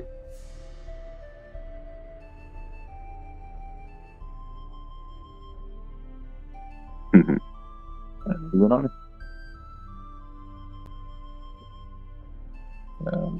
What was that? It would be an honor. Okay. Besides, yeah, I mean, was there any other way he was thinking, to share?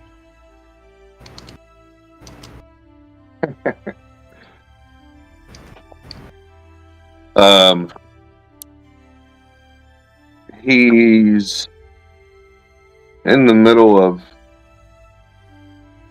constructing maybe something. But he wants to know what would be the best thing to do. He has either a means of communication he's working on,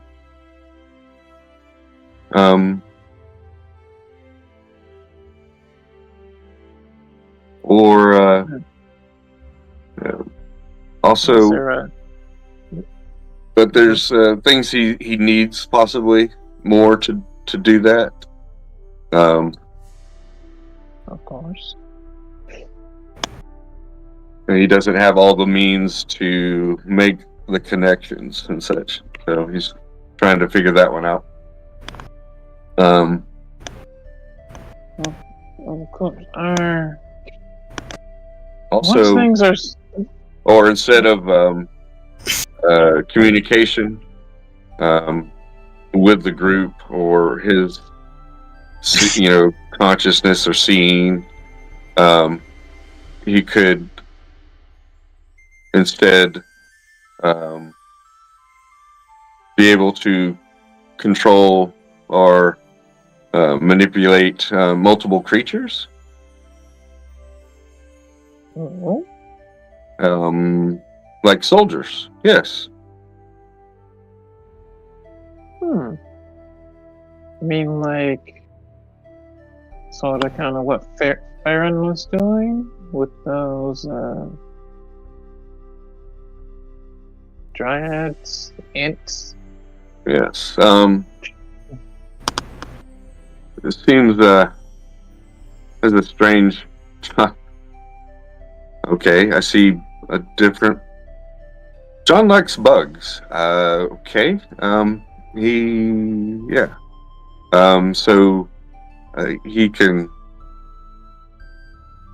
make a small group of either beetles or spiders, or he likes ants as well. It seems. So he's coming up with different ways to maybe control a group of them. Like, are we talking like this normal small size, or are we talking timber wolf size? So, no, quite large. Maybe not as big as the timber wolf. Maybe as big as the. And Ashtar's patting, pulls out the figurine, as big as this figurine can get. Just about, yes. The beetles can get that large. The spiders, about the size of your chest. And then the ants.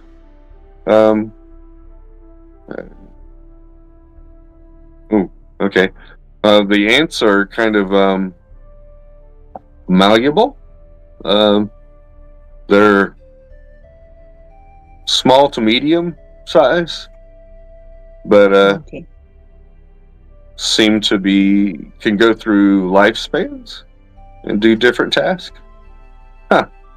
Like worker ants. Yes. Like a colony, making a colony. That could be So, a good use so for the he- grove. So he says that the beetles would be more of a defensive, offensive, defensive brute. The spiders would be more intelligent and crafty, sneaky webs, and then the ants would be more a workforce. They could, wow. Seems that they can craft different things, and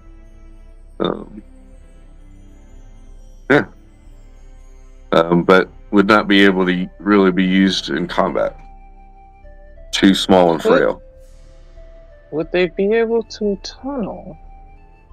Perhaps we could start getting some some underground tunnel systems going. He says that depending on how things work, he can control a large group of whatever insect is chosen. And if it's the ants, then he can, control the ants to have them do different tasks. So it'll take it takes, depending on what the task is, they basically go through a metamorphosis stage, and then they're able to, be specialized towards whatever task. And what is he requiring for this? Well, that he could do that on his own. The communication, he's going to need other, either other pieces of artifacts or other magical items to complete the connection. He needs more strength, more power, More energy. items. That he doesn't need the energy; he needs items for the communication. Oh, man. But he can do the insects as is. Oh. We are planning to venture out eventually. We certainly will be keeping an eye out for anything that could be useful for the trade or the grove. Making sure it's safe, of course, before bringing it back.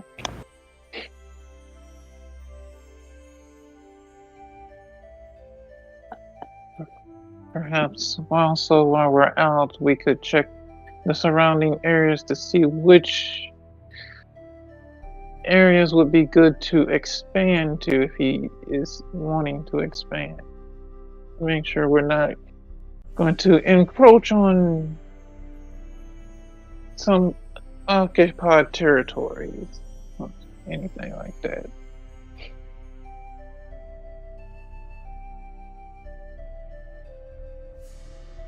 Yeah, he does sense the presence of a large mythical creature nearby. Mythical creature. Which way would that be? To the north east. Oh boy. Let me think. If I'm saying that right. I gotta look at the map. Oh, that's wrong. Oh, that's right. I don't have the map on me. Do I? Oh, here it is. There we go. Yeah.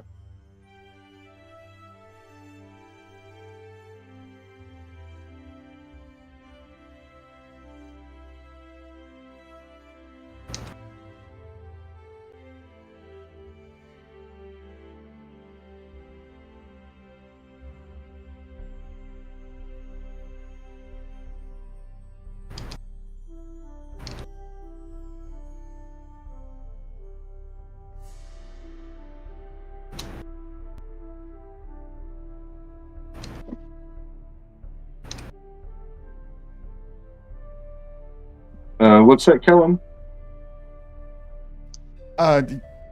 Worry about it later. It's not related to the game.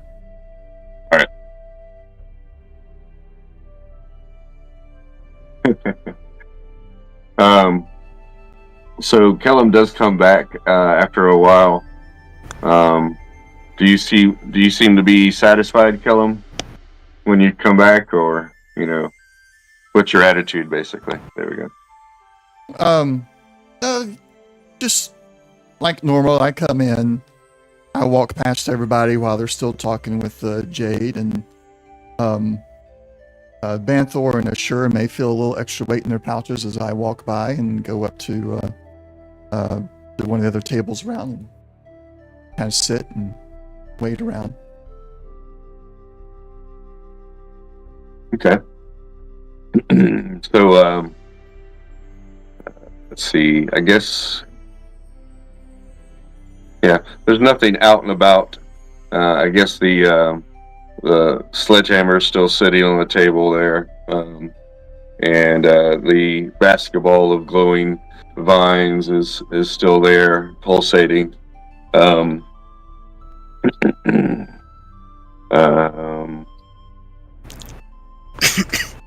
And when you let's see, oh yeah, basically, as you come into the conversation, they're talking about acquiring, new or different pieces of artifacts or magical items that will help with communication. And you probably, caught the tail end of the conversation about the bugs as well, as you were entering and coming up to the workshop. The mythical creature is actually from the grove to the southwest, southeast of the grove. Sorry. Okay. So it's something from the grove. Come again? It's outside of the grove. It's outside the grove. Yeah, outside of the grove to the southwest, southeast. Daggum. Is the Directions, man. I know, right? Long day. It's barely begun. And it is only begun. It's only just beginning, and I'm already tired. Should this be something we should investigate? He just says that he just feels the presence of a large mythical creature some miles away, almost near the mountains.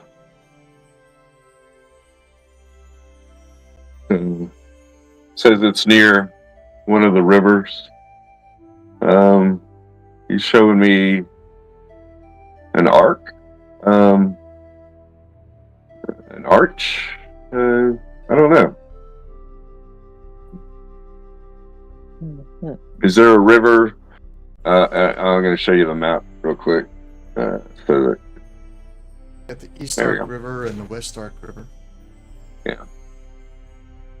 So she asks if there's any rivers with that name, and then you respond with the west and the east.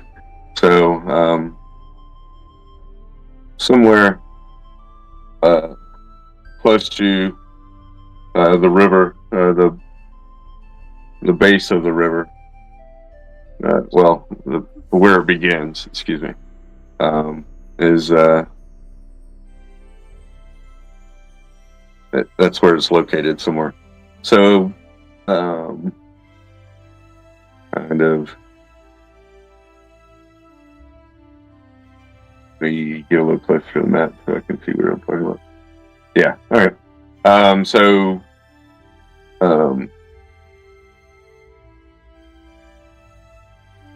After a while, you kind of figure that she's talking about a place near the West Fangs. So the West Fangs are here. So somewhere between close to there is where she's sensing this. Where John is sensing this, excuse me. So most likely the East Ark River, between the East Ark River and the West Fang.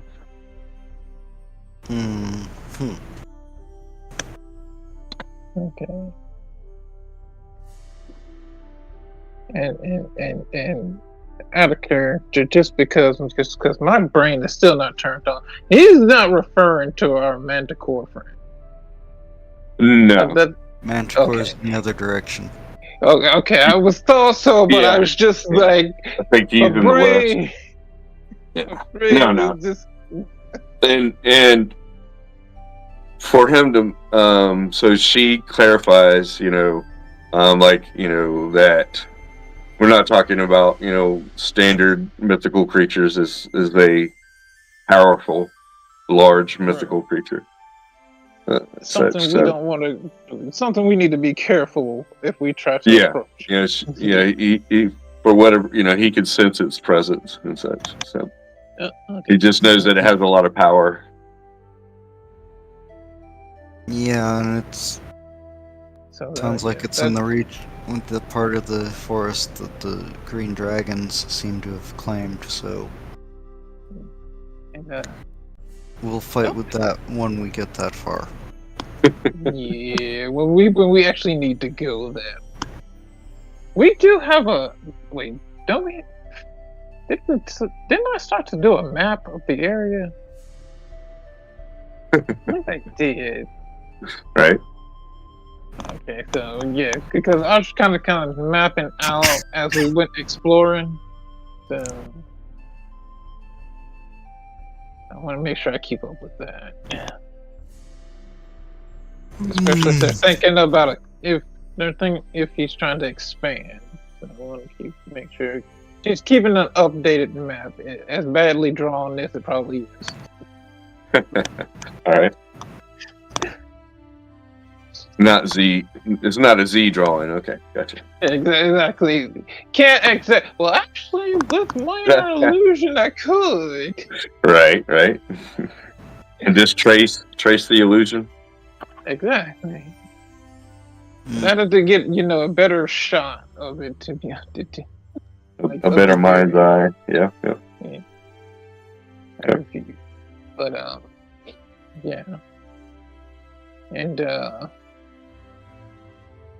okay. So he requires items to help with the connection. He's thinking about building a swarm for different tasks. Yeah, depending on which insect is chosen. Right. So if you chose the ants, then that's what you stick with. But the ants are versatile, just not really combat ready.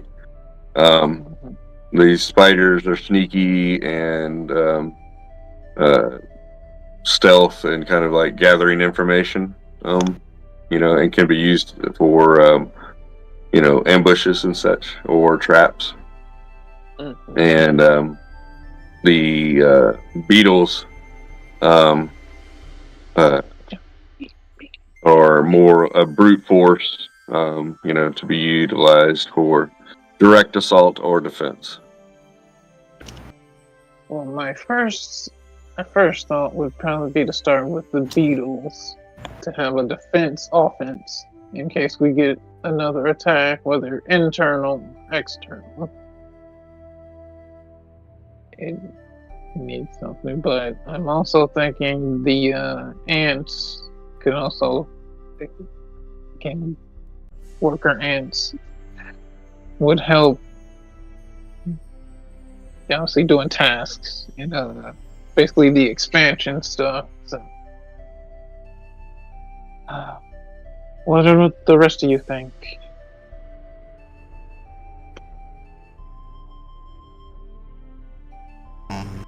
What would seem more viable for the tree to start with?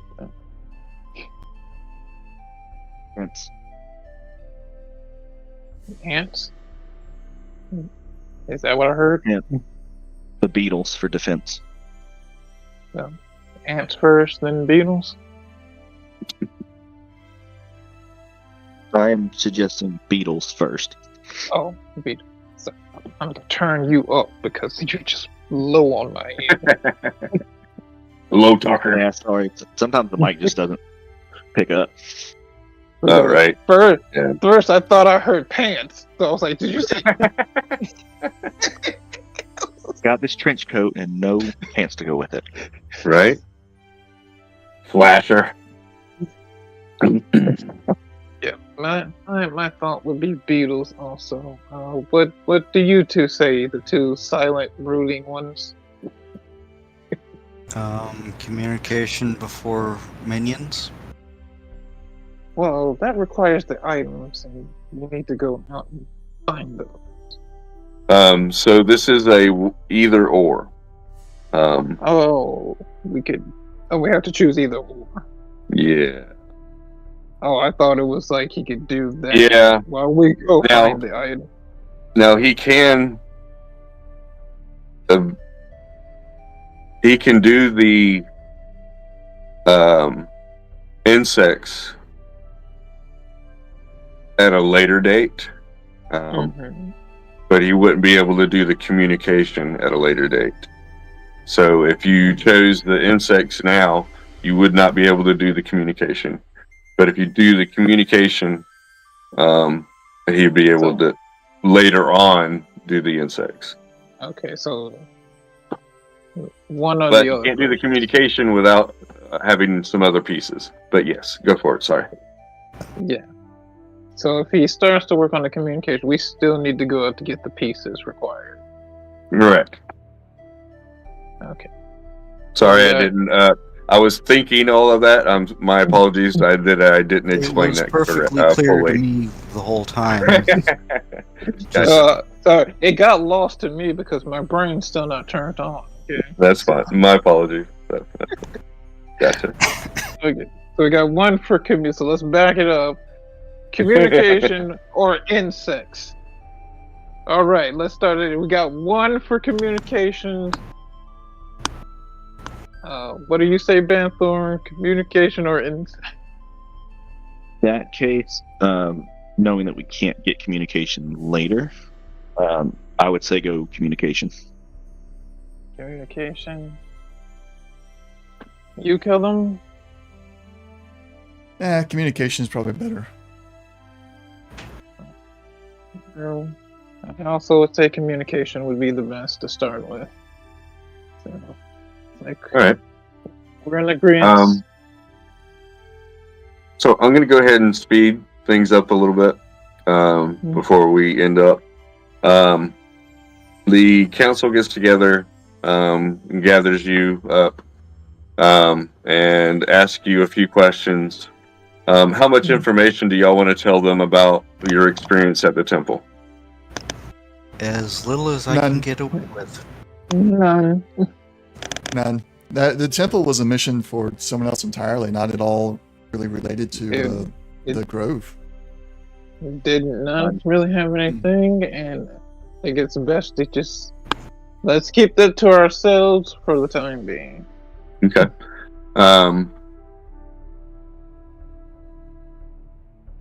Do you want? They do ask you if how you came across, the winter wolves, or how that happened, how you were able to, find that information before they came. You don't have to go through a lot of role play, but you could say, how much information you have or want or willing to give, Kellen. I'll tell them everything. Or anybody. I was looking for a wolf companion, and I thought I found one. I was mistaken, and did my best to avert the crisis. Okay.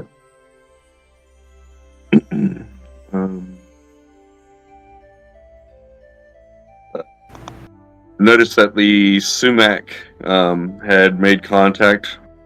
The council assumes that that y'all had made contact with them beforehand. Actually, explain without mentioning where they were trying to send us about our first misadventure, and go into detail about razzing the speaker, the voice. All right. Yeah.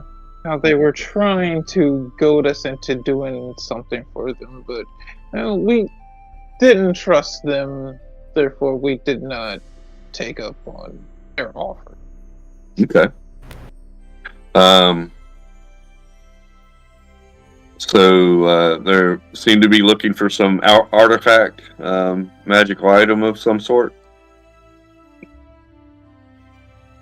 We weren't really sure of what. They were saying of some object they wanted, and the Greens are not to be trusted. Very much so. They definitely agree with that. That old dragon is very crafty. We try to keep away, not to be influenced or to influence them. So they're hoping that you take caution in any dealings with this sumac. They're pleased. They're pleased with everything that has happened in general. The assassination of course, and the death, or possible death of Denathi. He still hasn't returned, and we haven't been able to find any way to follow or any information on that. He seems to have left with a couple of other individuals, all with a good standing with the Sealy Court. We should definitely follow up on that. We need to know why he was ran out, and what his intentions are.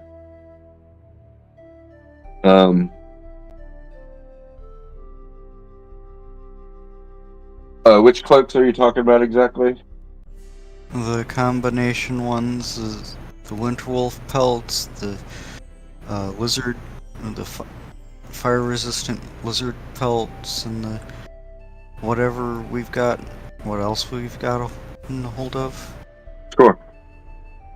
Okay. Give me a second on that one. Yeah.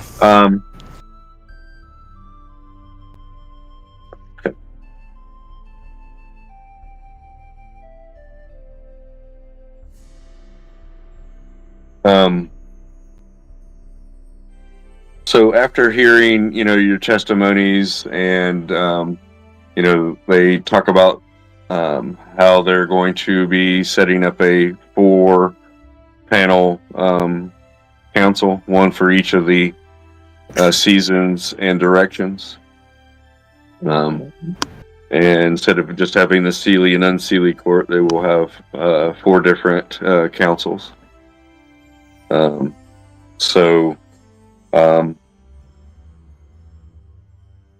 As a group, they are willing to and want to give each of y'all more renown. So I'll start with Ashura. They wish to give you 2 wisdom and 1 honor. Ooh, okay. They also wish to give you the title of librarian. Nice. So with this title, sorry, go ahead. with the title of librarian, anytime you use your renowned for matters concerning information. Your renown is doubled. Ooh, okay. Let me make sure I get that written down. And I do have that written down. So if we, forget or what have you, we got a source here. Definitely. Go ahead. Yeah, she will accept it graciously. Kind of bow her head and accept the pieces of renown. They also give you a headband. Okay.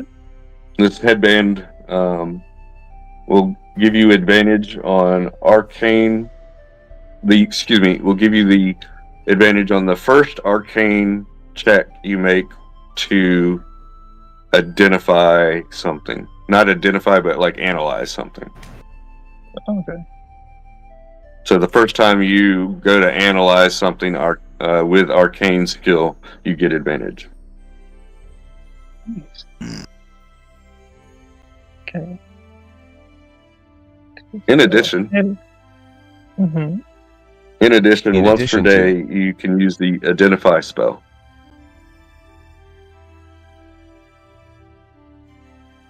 All right, I like that. What?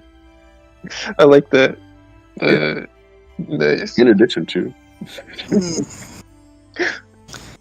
Yeah, something we use heavily in the other campaign. Just I'm all about it. So I don't know exactly how to say the word. It's like a bandana, a headpiece that you would wear over your hair. That's what it's called. So the librarian's crown. Or it could be used over your shoulders. So like what do you stuck with the S? I don't know. Shawl? There we go. That's the word. Librarian's shawl. However you want to say that. So, like librarian's crown or librarian's shawl. Yeah. Bandana. However you want to use it. Mm-hmm. Or headpiece. You could use it to, fix your hair, or go as a headband, or as a shawl. So that'd be good. Actually, yeah, it will kind of, probably... whatever one form you pick, it will kind of take that, as it, it doesn't need to be attuned to, but whenever when you attune to it, when you figure out your, how you want to use it. Okay. Yeah, she'd probably use that to kind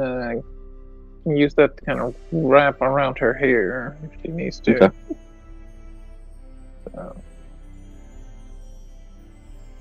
Because I don't, with her picture that I'm using, the shawl doesn't look right as I picture it. Right. Yeah. I just want to give you different options. That's actually how it was presented to you. But as you're like, oh, geez, I don't really want to do this. And it kind of starts to morph, and change, and you're like, oh, a headband, yeah, okay, cool. I can use that as like a hair wrap. Yeah, that works. Yeah. Next, they go to. Oh, sorry. Sorry. I'll still call it the librarian's shawl, but I'll put parentheses hair wrap. So. Gotcha. Sweet. Next, they go to Kellum. Kellum, we'd like to give you an honor and 2 glory. Renowned for your activities. And we'd like to name you Son of the Grove. So anything that deals with matters of keeping the grove pure, you have 2 times the renowned for those matters. So if you get in a conversation, conflict, or just you're dealing with the situation, if it deals with the purity of the grove, you can use twice your renowned. Okay.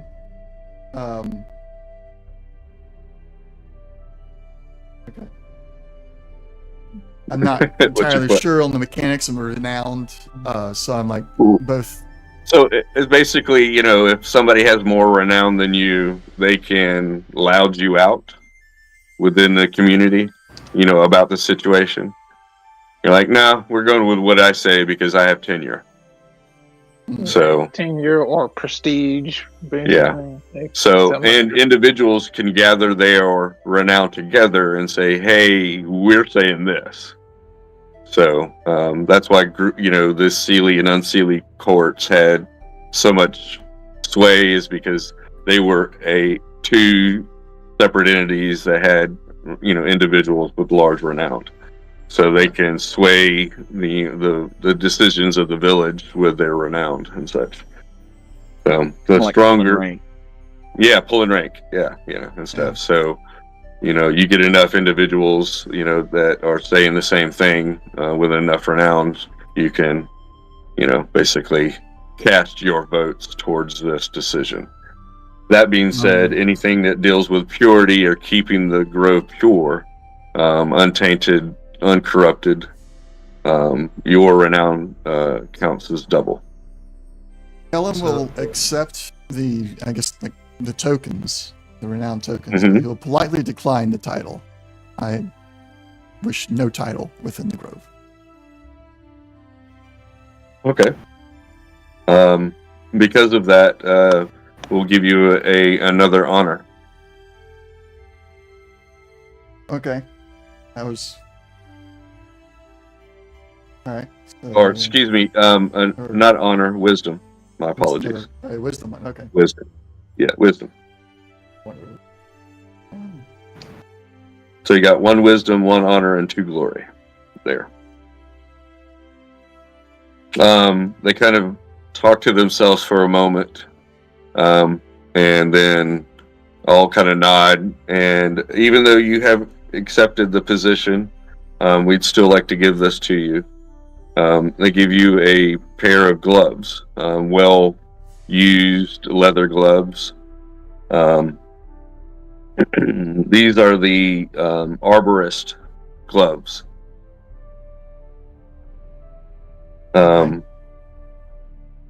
So, and I'll make this item for us, or we could just talk about it. Anytime you use a melee weapon, and you're fighting a tree or anything that made of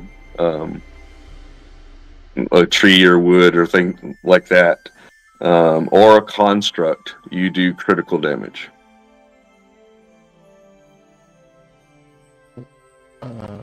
Anything made of... Would flora be a good encompassing word? Any flora? Yes, that's actually the word. The plant. Flora. That is actually the word that I'm looking for. And constructs. Do critical damage. Correct. Okay. And per your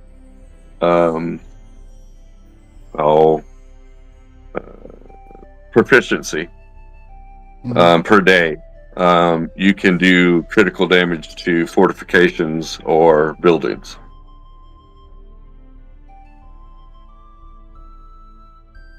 So you have 2 or 3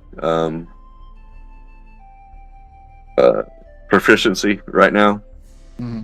So 2, okay. Well, 3 because we're 5th level. So right. So basically 3 times per day, you can use this to do critical damage to a fortification, a building, a door, things like that. Those pesky doors. Those pesky doors. Yeah. Yeah. Finally have use for the hammer. Well, there you go. Bring down this door. One good swing.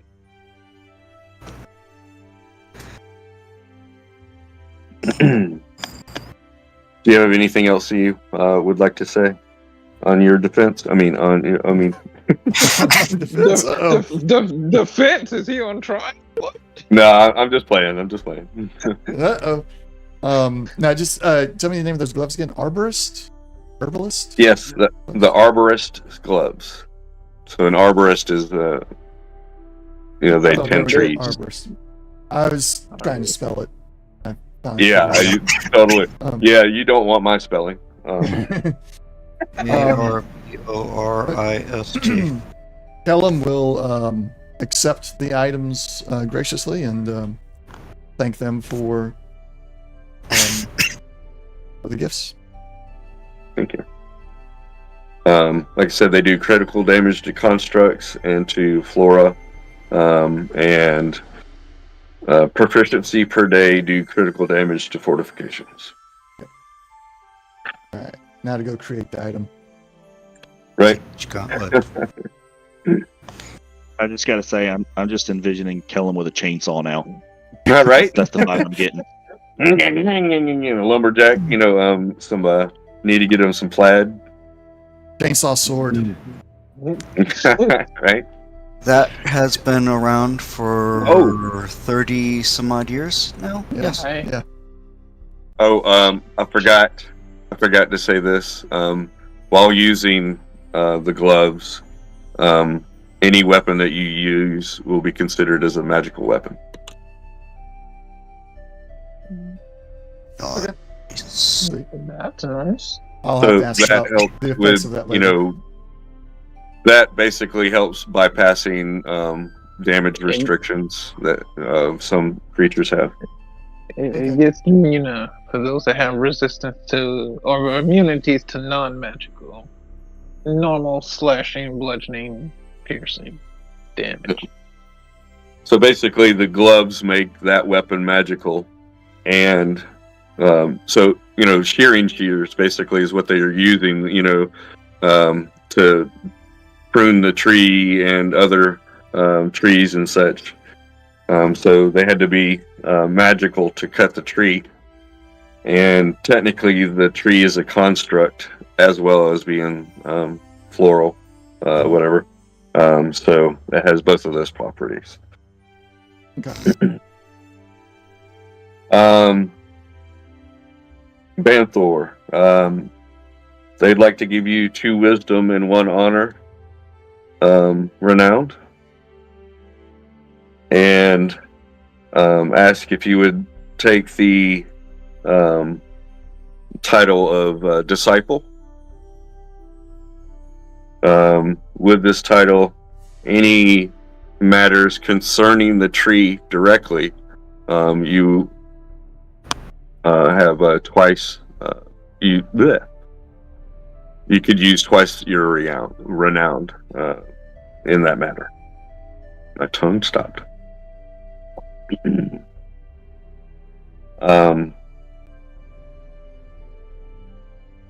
Would you take that? Gotcha. All right.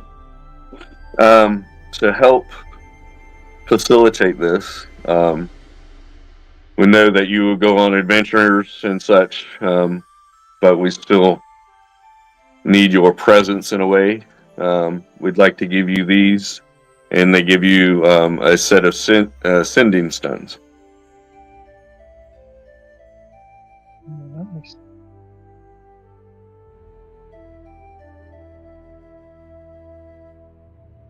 That's a wondrous item.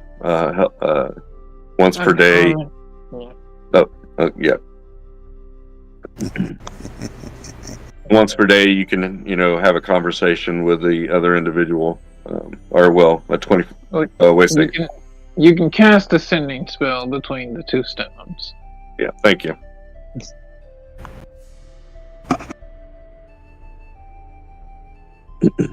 And it works once per day. So. And it's you can actually look it up. It's an actual item.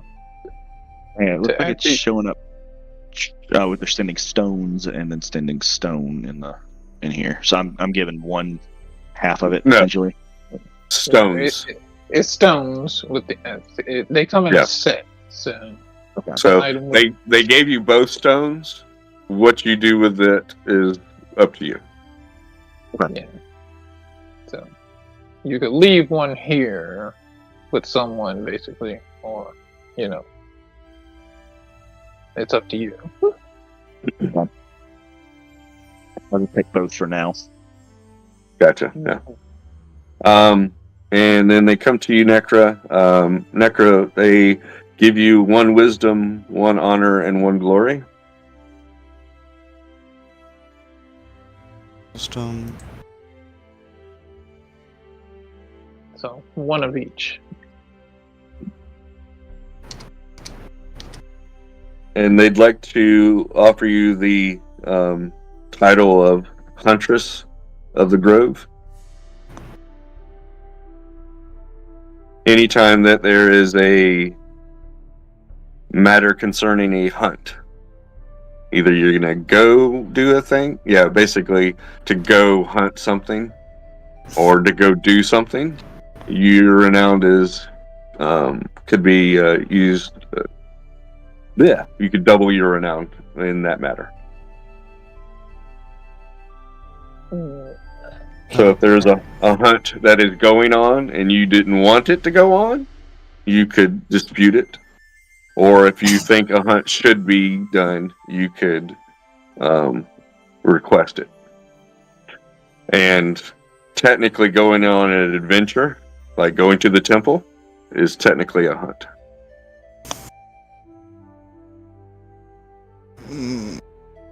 Also defending, like when we were defending the grove from the wolves, could be considered a hunt. Yeah. He wanted to take charge of, like, this is what we need to do. Or somebody, says, we don't want you to go do this. You can like, well, actually, Or you could step in if somebody's saying, well, we're going to go hunt this thing, and you can be like, actually, me and my people, my group over here are going to do it. right? Yeah, you could do that. Yeah. So yeah. Yeah. And There's many ways that this could be used. So. Kind of Necro tilts her head and is like, I'm not sure this is the wisest choice, but I will accept it if you so desire. I think it's very fitting for you, Nick. Well, very advantageous. Yes, that's why I didn't no. To help facilitate this, they bring out 4 arrows and set them on the table in front of you. One is a fire arrow, one is an ice arrow, one is an arrow of poison, and one is an arrow of radiance. These are arrows of the 4 courts and of the 4 directions. Whatever. Hold on for a second. Let me think about.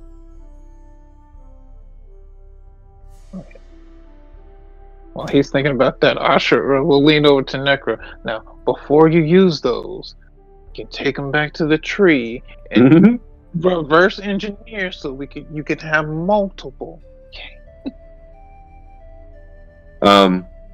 So that being said, they are reusable. Reusable? Oh. How many arrows? 1 each? Well, give me a second. There's a trial to be done for this, so you haven't fully taken possession of this yet. I'm trying to word this correctly. I had it worded right. I just got to remember my wording again. We present these things to you, but before you can accept them, you must earn them. Yes, you must pass. You have to pass the test. Give me 1 second.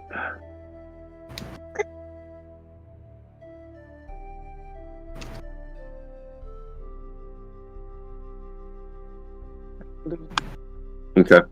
What is not broken, you can use.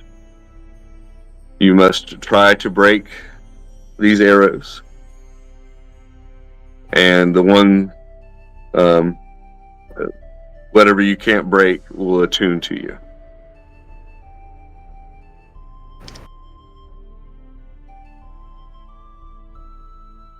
Say what now? So, whatever is not broken by you will be attuned to you. Whatever's not broken. So you must take them and try to break them, and whatever does not break will be attuned to you. So when you look at them, they look real fragile. Alright. she has to try not to break it, and it'll attune to her. But if she does break it, it's just useless. It's destroyed. And they're fragile looking already. Yep. You know, Necra, that you could easily take an arrow and just, snap it. So these definitely, look easy to break. So I try the test. What is it I'm supposed to be doing? Try not to break them so they attune to you. How you do that, I don't know. Well, that's why I was asking. Is there a mechanical thing I'm supposed to be trying to do, or is this a RP thing I'm trying to do here? This would just be an RP. Mechanically, if you, like I said, you could take any normal arrow and just snap it. So that being said, you could take these and and such. So I just it's a RP kind of. You tell me what you want to do. Okay. So carefully look them over. Mm-hmm. And then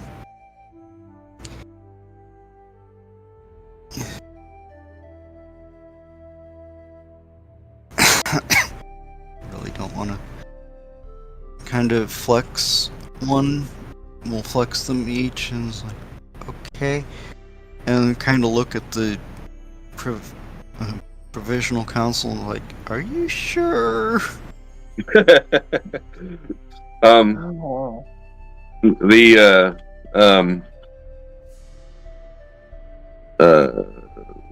Winter Court from the north, she says that everything is born and reborn, broken and formed. So it is okay. You must see which way.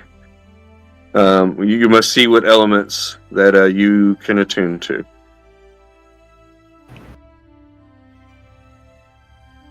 Okay.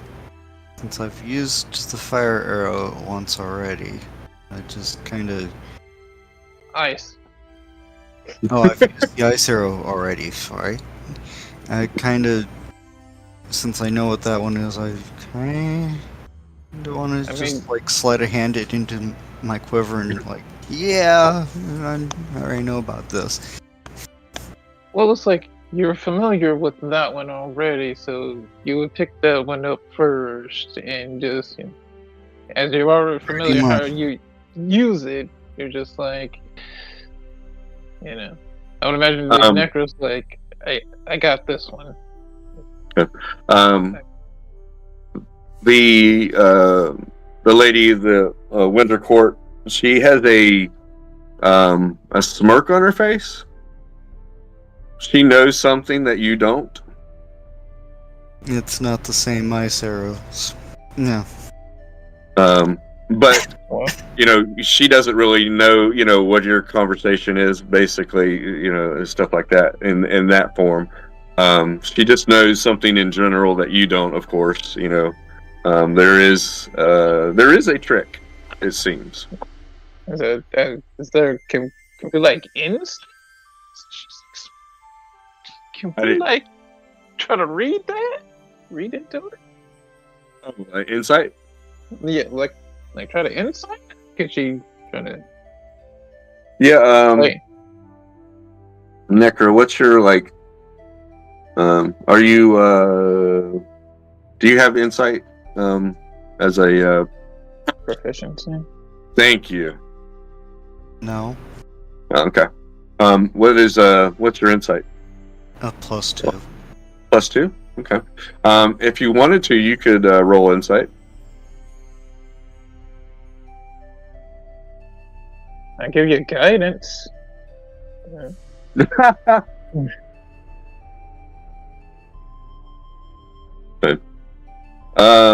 As you roll a crit here, all right.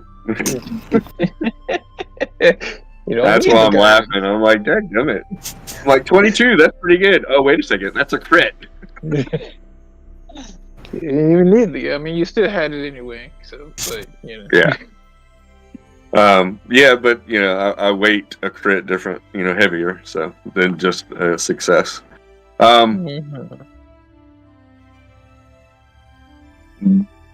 The wording feels tricky. They're saying whatever you don't break, you can keep.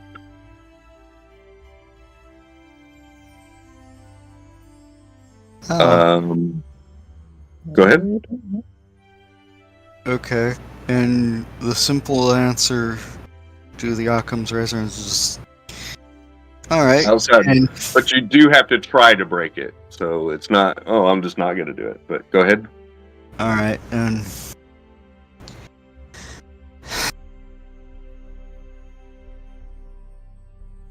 If you don't break it, you keep, but you have to try to break it. Well, and part of the flexing was actually see how deceptive the apparent fragility of them were. Oh, yeah. When you flex it, you could tell, you know, oh, if I go any further, this is just going to pop. Alright.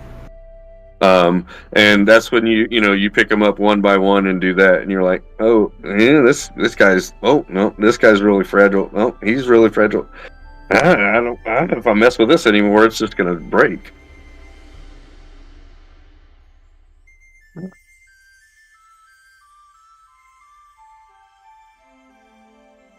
Is there a way to reinforce it so they won't break? Yes. Do you have something to reinforce them? Do you have mending? It's not something, you know, not a skill or an ability or anything.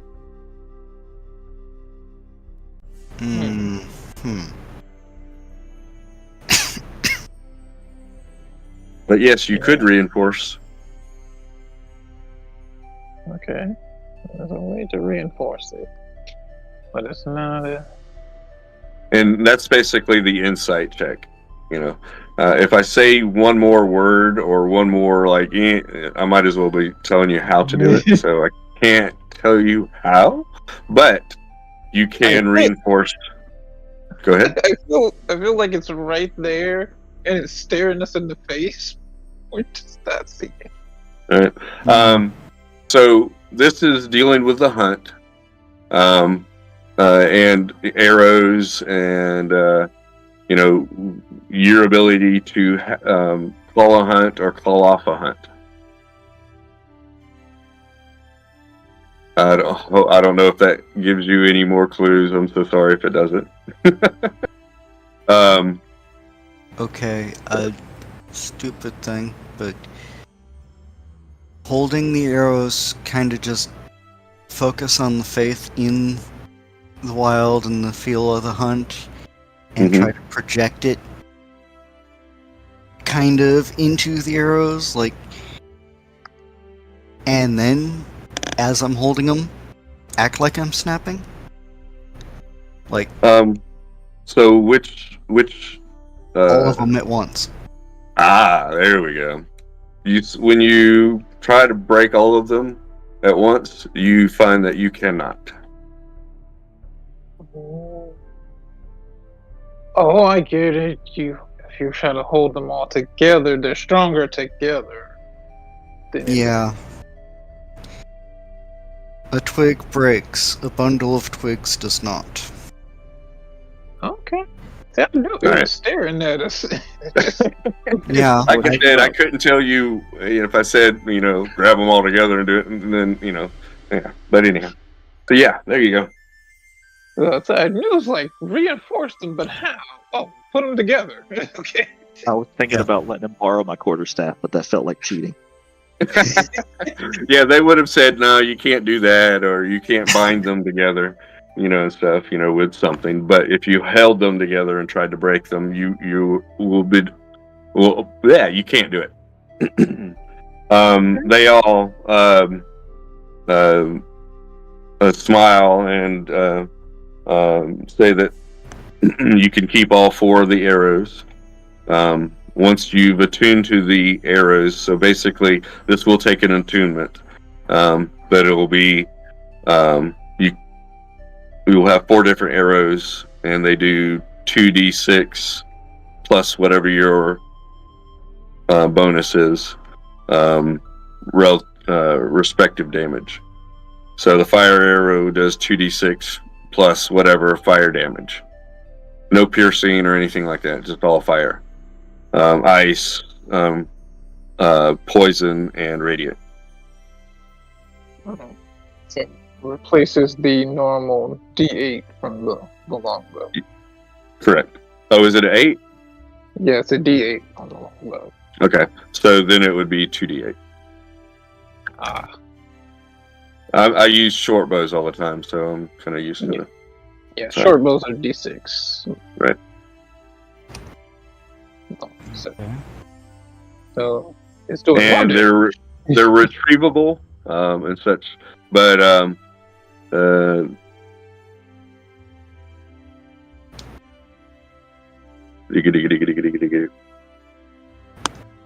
might restrict it to like once a day. I think I could see where this could go sideways if I don't. Well, I mean, once per arrow, So I mean, if she has to retrieve them, then that's like if we're in the middle of something, she has to shoot. Yeah. And then run over. Right. That yeah, I guess they could only have been used, generally speaking, unless you go and retrieve them. Yeah, which would take some effort and such. I'll kind of figure out what I'm going to do with that. So these are the arrows of the 4 directions. Is what I'm calling them, arrows of the 4 directions. So, all right. So I can make an item for you for that. Basically, an arrow, I guess. Yeah. That's all I really need to do, or something like that. So. Sure. And then we just say it's this, that, or that. So. I'm going to use my poison arrow. I'm going to use my ice arrow now, and now I'm going to use my fire arrow. Just at the right time when needed. So she knows she has to go chase it down afterwards. Yeah, so be careful how you use it. Don't use it on somebody and then push them off the edge of the cliff or something. Okay. Yeah, especially be careful. If you miss and it goes flying off, you have to track it down. So that's what I'm saying. Yeah, I mean, I'm not going to make it hard for unless the circumstance makes it hard. In general, I'm not going to make it hard for you to find the arrows. So, the fire arrow kind of, has a little bit of flame on it, when handled. The ice, does the same thing, steam and things like that. The radiant will kind of glow, and Are these arrows considered magic? Yes. Okay, cool. I have detect magic. Yeah, Banther there too. Yeah. There is that too. Yeah. Go get it. He's a magic detector instead of Right. a metal detector. Anyways, so I've got placeholders in for the moment, so Okay. That's nice. They've talked about Faryan and what to do with her. They're thinking about imprisoning her for 100 years and then find out how she feels after that. Other people want to kill her just to go ahead and get rid of the danger. But some people want to, keep her around to see if, they could get more information from her. Right now, she's mostly been unconscious and uncooperative. Yeah.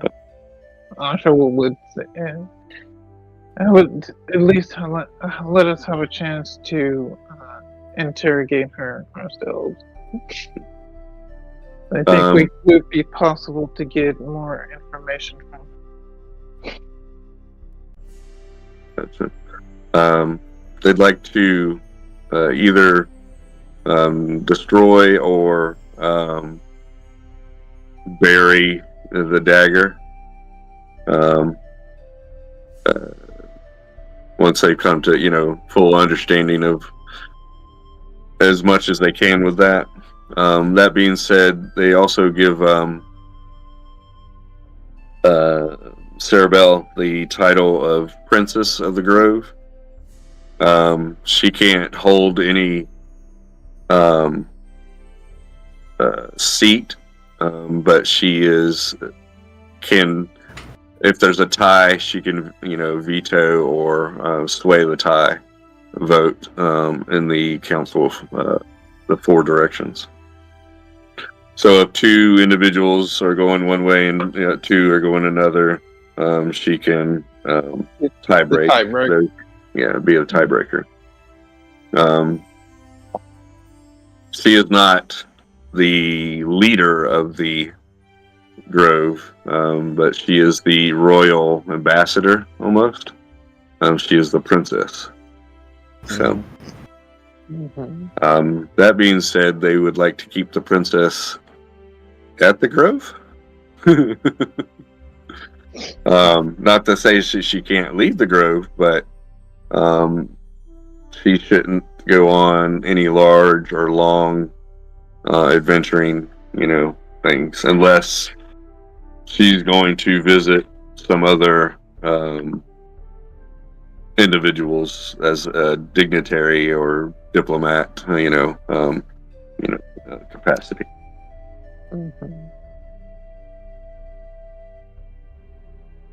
So she got to stay at the house for the most part. She's on house arrest right now. Yeah. At least until things can be figured out. They discovered a scroll with a map and a description of a stone called the Sundering Stone. They give this information and the map to y'all. Seems to be ruins that are not far from the grove. They said the Sundering Stone could be attached to either a shield or a weapon. And with a critical hit will destroy armor, or if put on a weapon will destroy armor.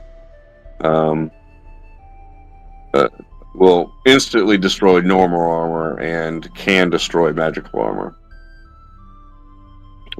If put on a shield, instead of destroying armor, you can use it to ram walls, or doors and break sunder them.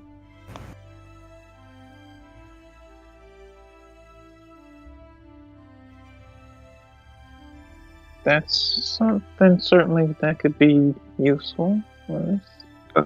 They're possible of other, items or other treasures, and of course, they believe that the place is, probably been taken over by whatever monster, because it does offer shelter.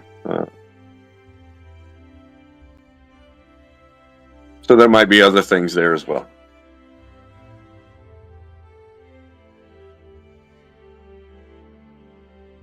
Yes, Astra will take the map if that's all right. With everyone. If not, she's going to use twice. If not, she's going to use twice her renown to say she's taking it. I mean, since you say, but no, she wouldn't. And she's gonna be the keeper of the maps. She has the other map also. well, and yeah, might as well. And of course, actually no, pull out the spellbook, flip to a page, because it's like, since part of her magic literally comes from the land and the environment, is like, oh, and turn it and it's like, this is info I got from Maxie. And, and have the general of, here's the ruins, if it's the ones I'm thinking of. One of the markers that she has on her map does correspond to the ruins there, and such. She's marked it as undead. Okay. Sounds like a good place to venture out to and collect some useful items, or at least the main one. This And Sundering. it just so happens it's the ruins where the east and west Arc rivers diverge.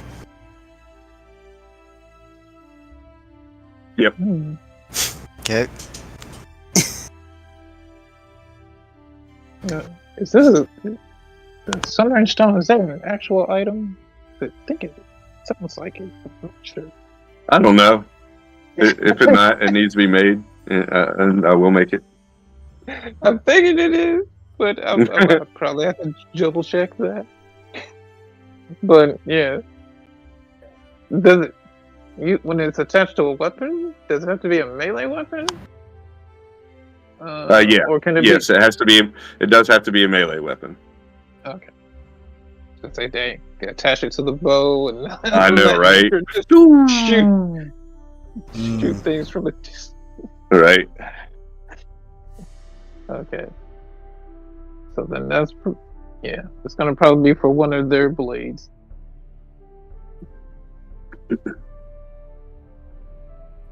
Kellamar Necros blades. Gotcha.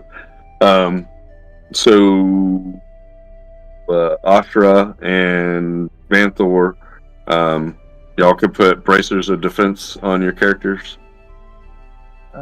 Okay, I already have. Well, I mean, it's on my sheet. Just haven't applied it yet. Right. Those are Yeah, the she ones you hasn't made from forgot- the special metal, right? Correct. And she hasn't forgotten about that too. The time crunch. So another time that'll come up. Like she did clock that when she felt the weight. As Kellen went past. She clocked that and didn't decide to bring it up at the time.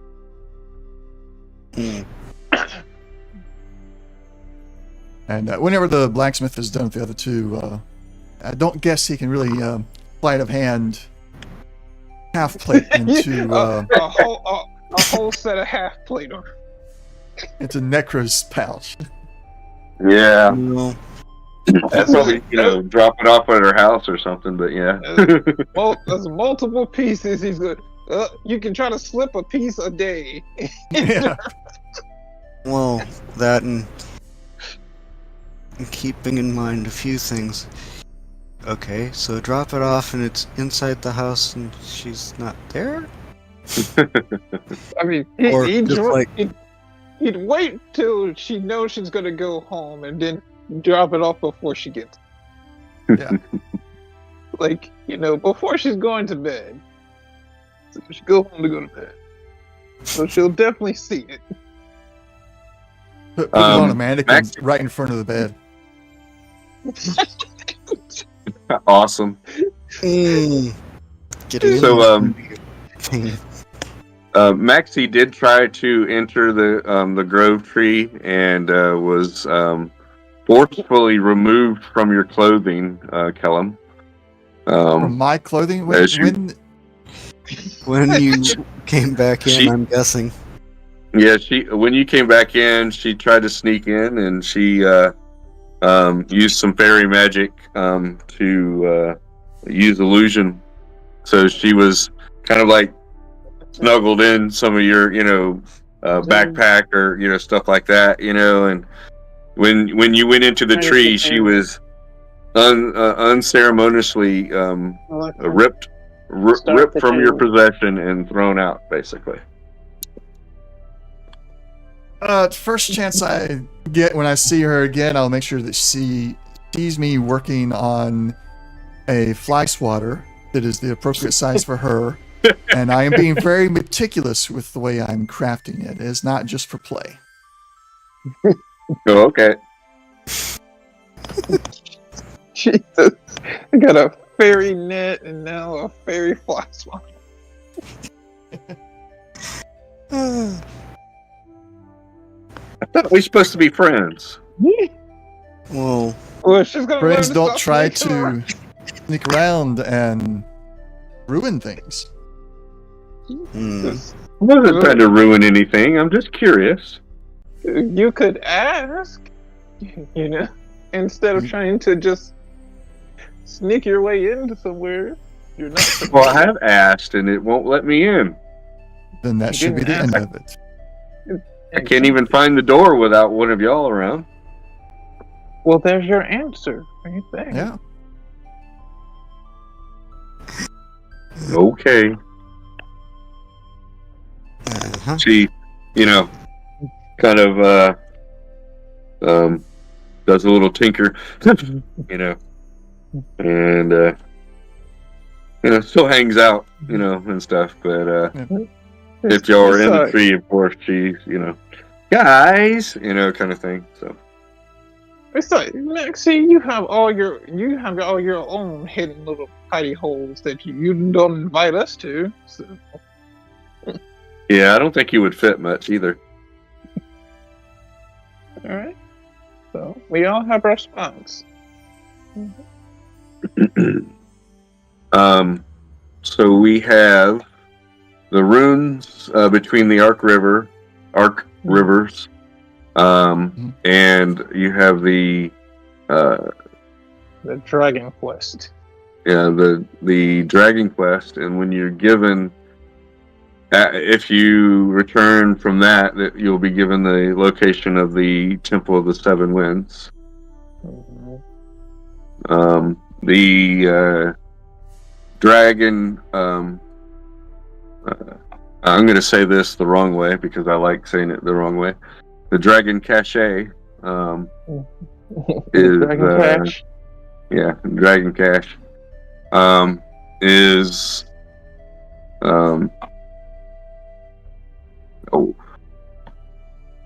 to the south and west. Sung a ping. So right before you get to the mouth of the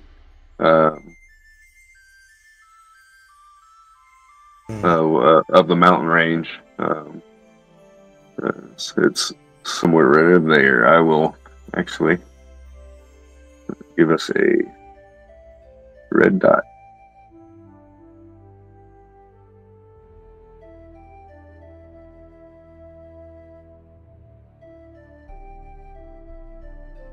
Okay.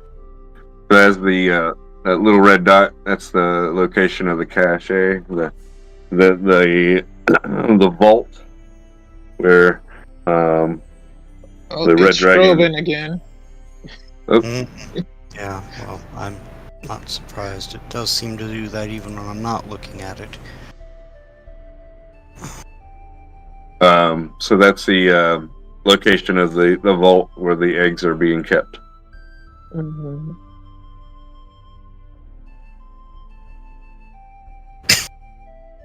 Okay. You don't have any information about the vault itself. Outside of it's a large stone door with a couple guards on the outside. Mm-hmm.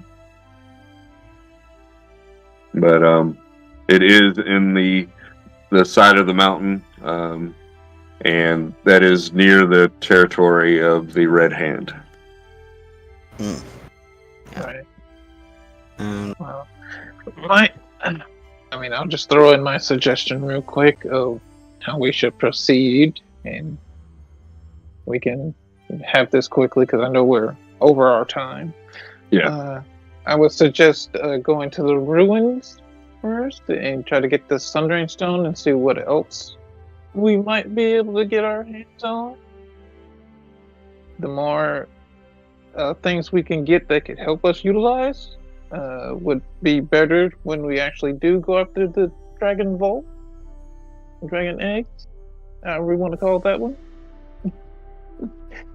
Dragon Egg Quest. That being said, it will take a few more days for them to finish with the armor? the cloaks. The armor will be done in a couple days, but it's going to take a bit more for them to do the fire-resistant cloaks. Right. It has to be done by hand and tediously, done to make sure, that things aren't messed up and such. So that Yes. if you did do the ruins, it would give. If you did do the ruins, it would give them more time to get the fire-resistant cloaks done. The armor can be done finished in 2 days. Before we leave, anyway, because we've only just had 1 day so far, so we still have Correct. 2 days. Right. So, And of course, So- presuming someone had mentioned the possibility of if we actually do collect the egg or eggs, go and put them in a deep freeze for a few minutes before we try and take them back to anybody. Make them unviable. Mm-hmm. One step at a time, and Ashura will say that only because the Green's leader, the dragon, seems to be able. They have this clairvoyance. They seem to be able to see things, so they may know we're tampering with it if we even try. When you mentioned that, Jade says part of the communication system could be used to block things like that. Oh, well, yeah. Let's fast track that, because Audra does not like that there's somebody that is out there trying to watch over her in any type of direct feeling like that. So, she will definitely agree with that. Okay. With this new information, Jade says that John's going to be working on Grove-wide Communication? No, he says, she goes, he keeps showing me cloak. I don't understand, but hiding the grove from something like that. Like a barrier to block it. Right. Which, yes, we do need a new barrier to cover us. Non-detection type of barrier. So yeah. So that's Ashra's opinion / the player's opinion. What do y'all think? Just real quick for player knowledge, the dragons are sentient beings, right? Yeah. Correct. Okay. Yes, certainly are. Callum you can't eat them. Sorry. Callum will object to the idea of deep frying or deep freezing these eggs. I don't believe we should be in the business of killing the offspring of sentient beings that is going to be sentient. And I'm, aside from risking the anger of the other faction, I'm not too keen on stealing the offspring of another sentient being. Yeah, I thought, kind of iffy about even doing the quest, but sounds like somebody's got a personal stake in making it happen, so... Well, again, they are holding valuable information that could be useful. It's not something that we have to come to a decision about at the moment, because there again, we can start with the ruins and see where things are from there. About the 7 winds, Sarah lets you know that it's a complex that goes underground, and it has 7 different layers, each getting stronger with each layer, with the knowledge and things that it held. So it's kind of like the first layer going down is larger, and then they get smaller and smaller each layer that you go down. Are these the 7 circles of hell? Are you trying to send us to hell? It's more like a pyramid, upside down pyramid. That's what they know. So all right, but if we run into a demon at the bottom or a devil, all right, I'm calling shenanigans. Shenanigans. What do you think, Banthor? Haven't heard your input.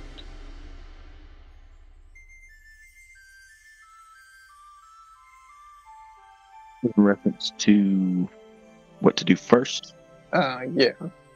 What are you thinking? I believe the ruins are going to be the best option. Okay. We can put the whole dragon thing on, to the side. It's still a thing we're going to need to discuss. But I think we can agree to start with these ruins. Yes? Yes. Yep. Alright then.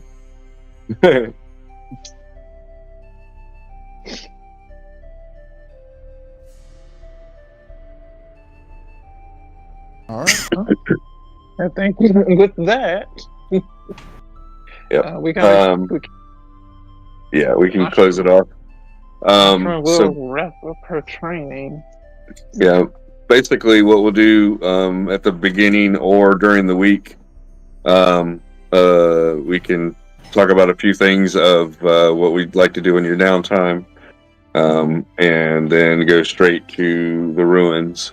If we cover the downtime stuff during the week, then we can, assume that we're leaving or have left the grove, so, if we think about things during the week, you could definitely, The bagpipes just picked up. you definitely either in private or on the not the general, but the In-game chat? in game. Talk about what you'd like to do during downtime and such. So the armor will take 2 days to finish fashioning. There we go. And then so during that time, you'll have at least 2 days of downtime if you want to wait for that. So we'll give you time to do your training and any other things you'd like to do. One of the fire-resistant pelts cloaks are done. One is done. One is done, or at least will be done by the time y'all leave. So technically, Are these cloaks just for my? Is this gonna work like a ring of fire resistance, or is this like a one-time limited use cloak? So they have they're gonna have 50 hit points. Okay. And they'll resist. So they'll take half the damage, and then you'll take half the damage. Okay. So we'll have to do a little paperwork, like, okay, your cloak took blah damage, and we'll have to, keep notes on that and such. Yeah, I got it.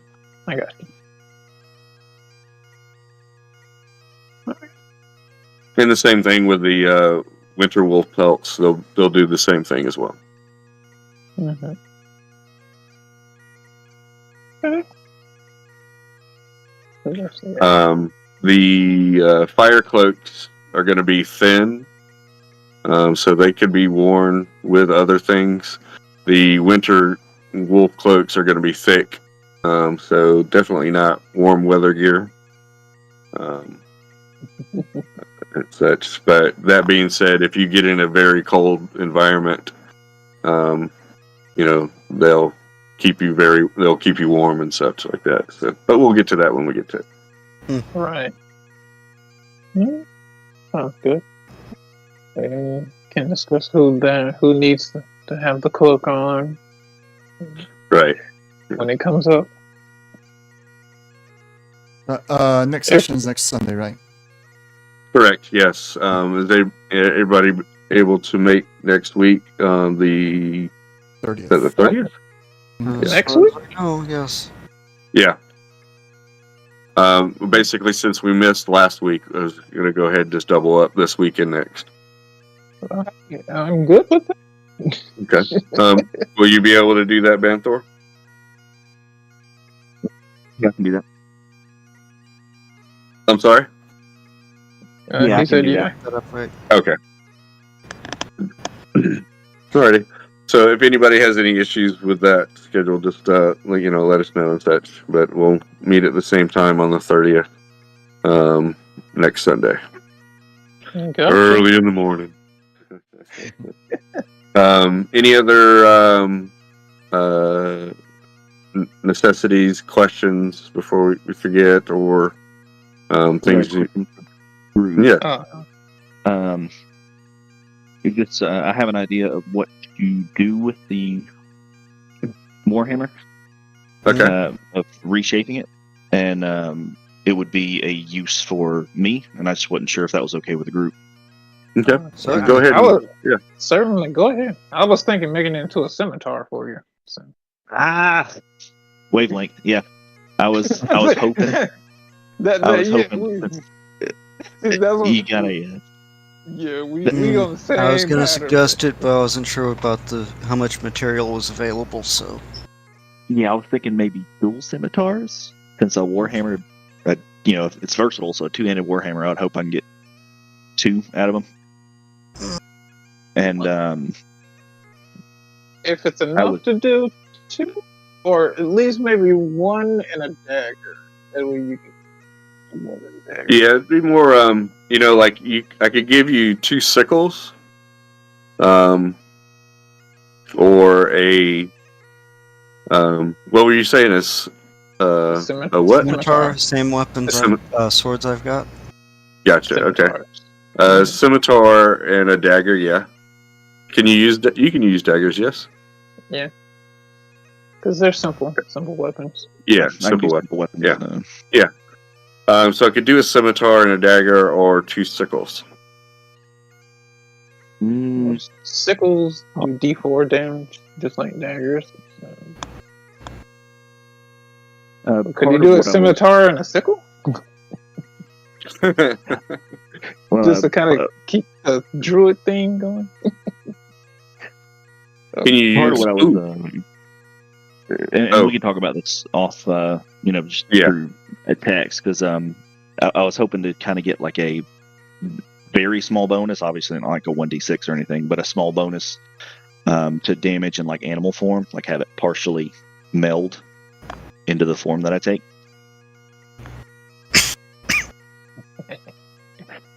I did that one time as a druid. I had a blade that it melded and it became part of my teeth with my bite. Yeah, because that's basically what I was thinking, is like something like teeth. The teeth of the claws, basically, it's like reinforcing like your long claw or something. Yeah, it's reinforcing your natural weapons, which is fangs or claws.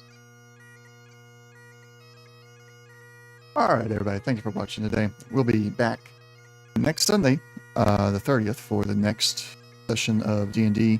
Don't forget, tomorrow I'll be back with X4. Now we got the 7.0 update and the Timelines DLC out. We'll be jumping into that next week, or tomorrow. So until then, we'll see you next time. Jim, love you, buddy. We'll see you. Appreciate you sticking around and watching and listening. We'll see you maybe tomorrow, but definitely see you on Thursday for your campaign. Until then, everybody have a good one. We'll see you next time. Bye.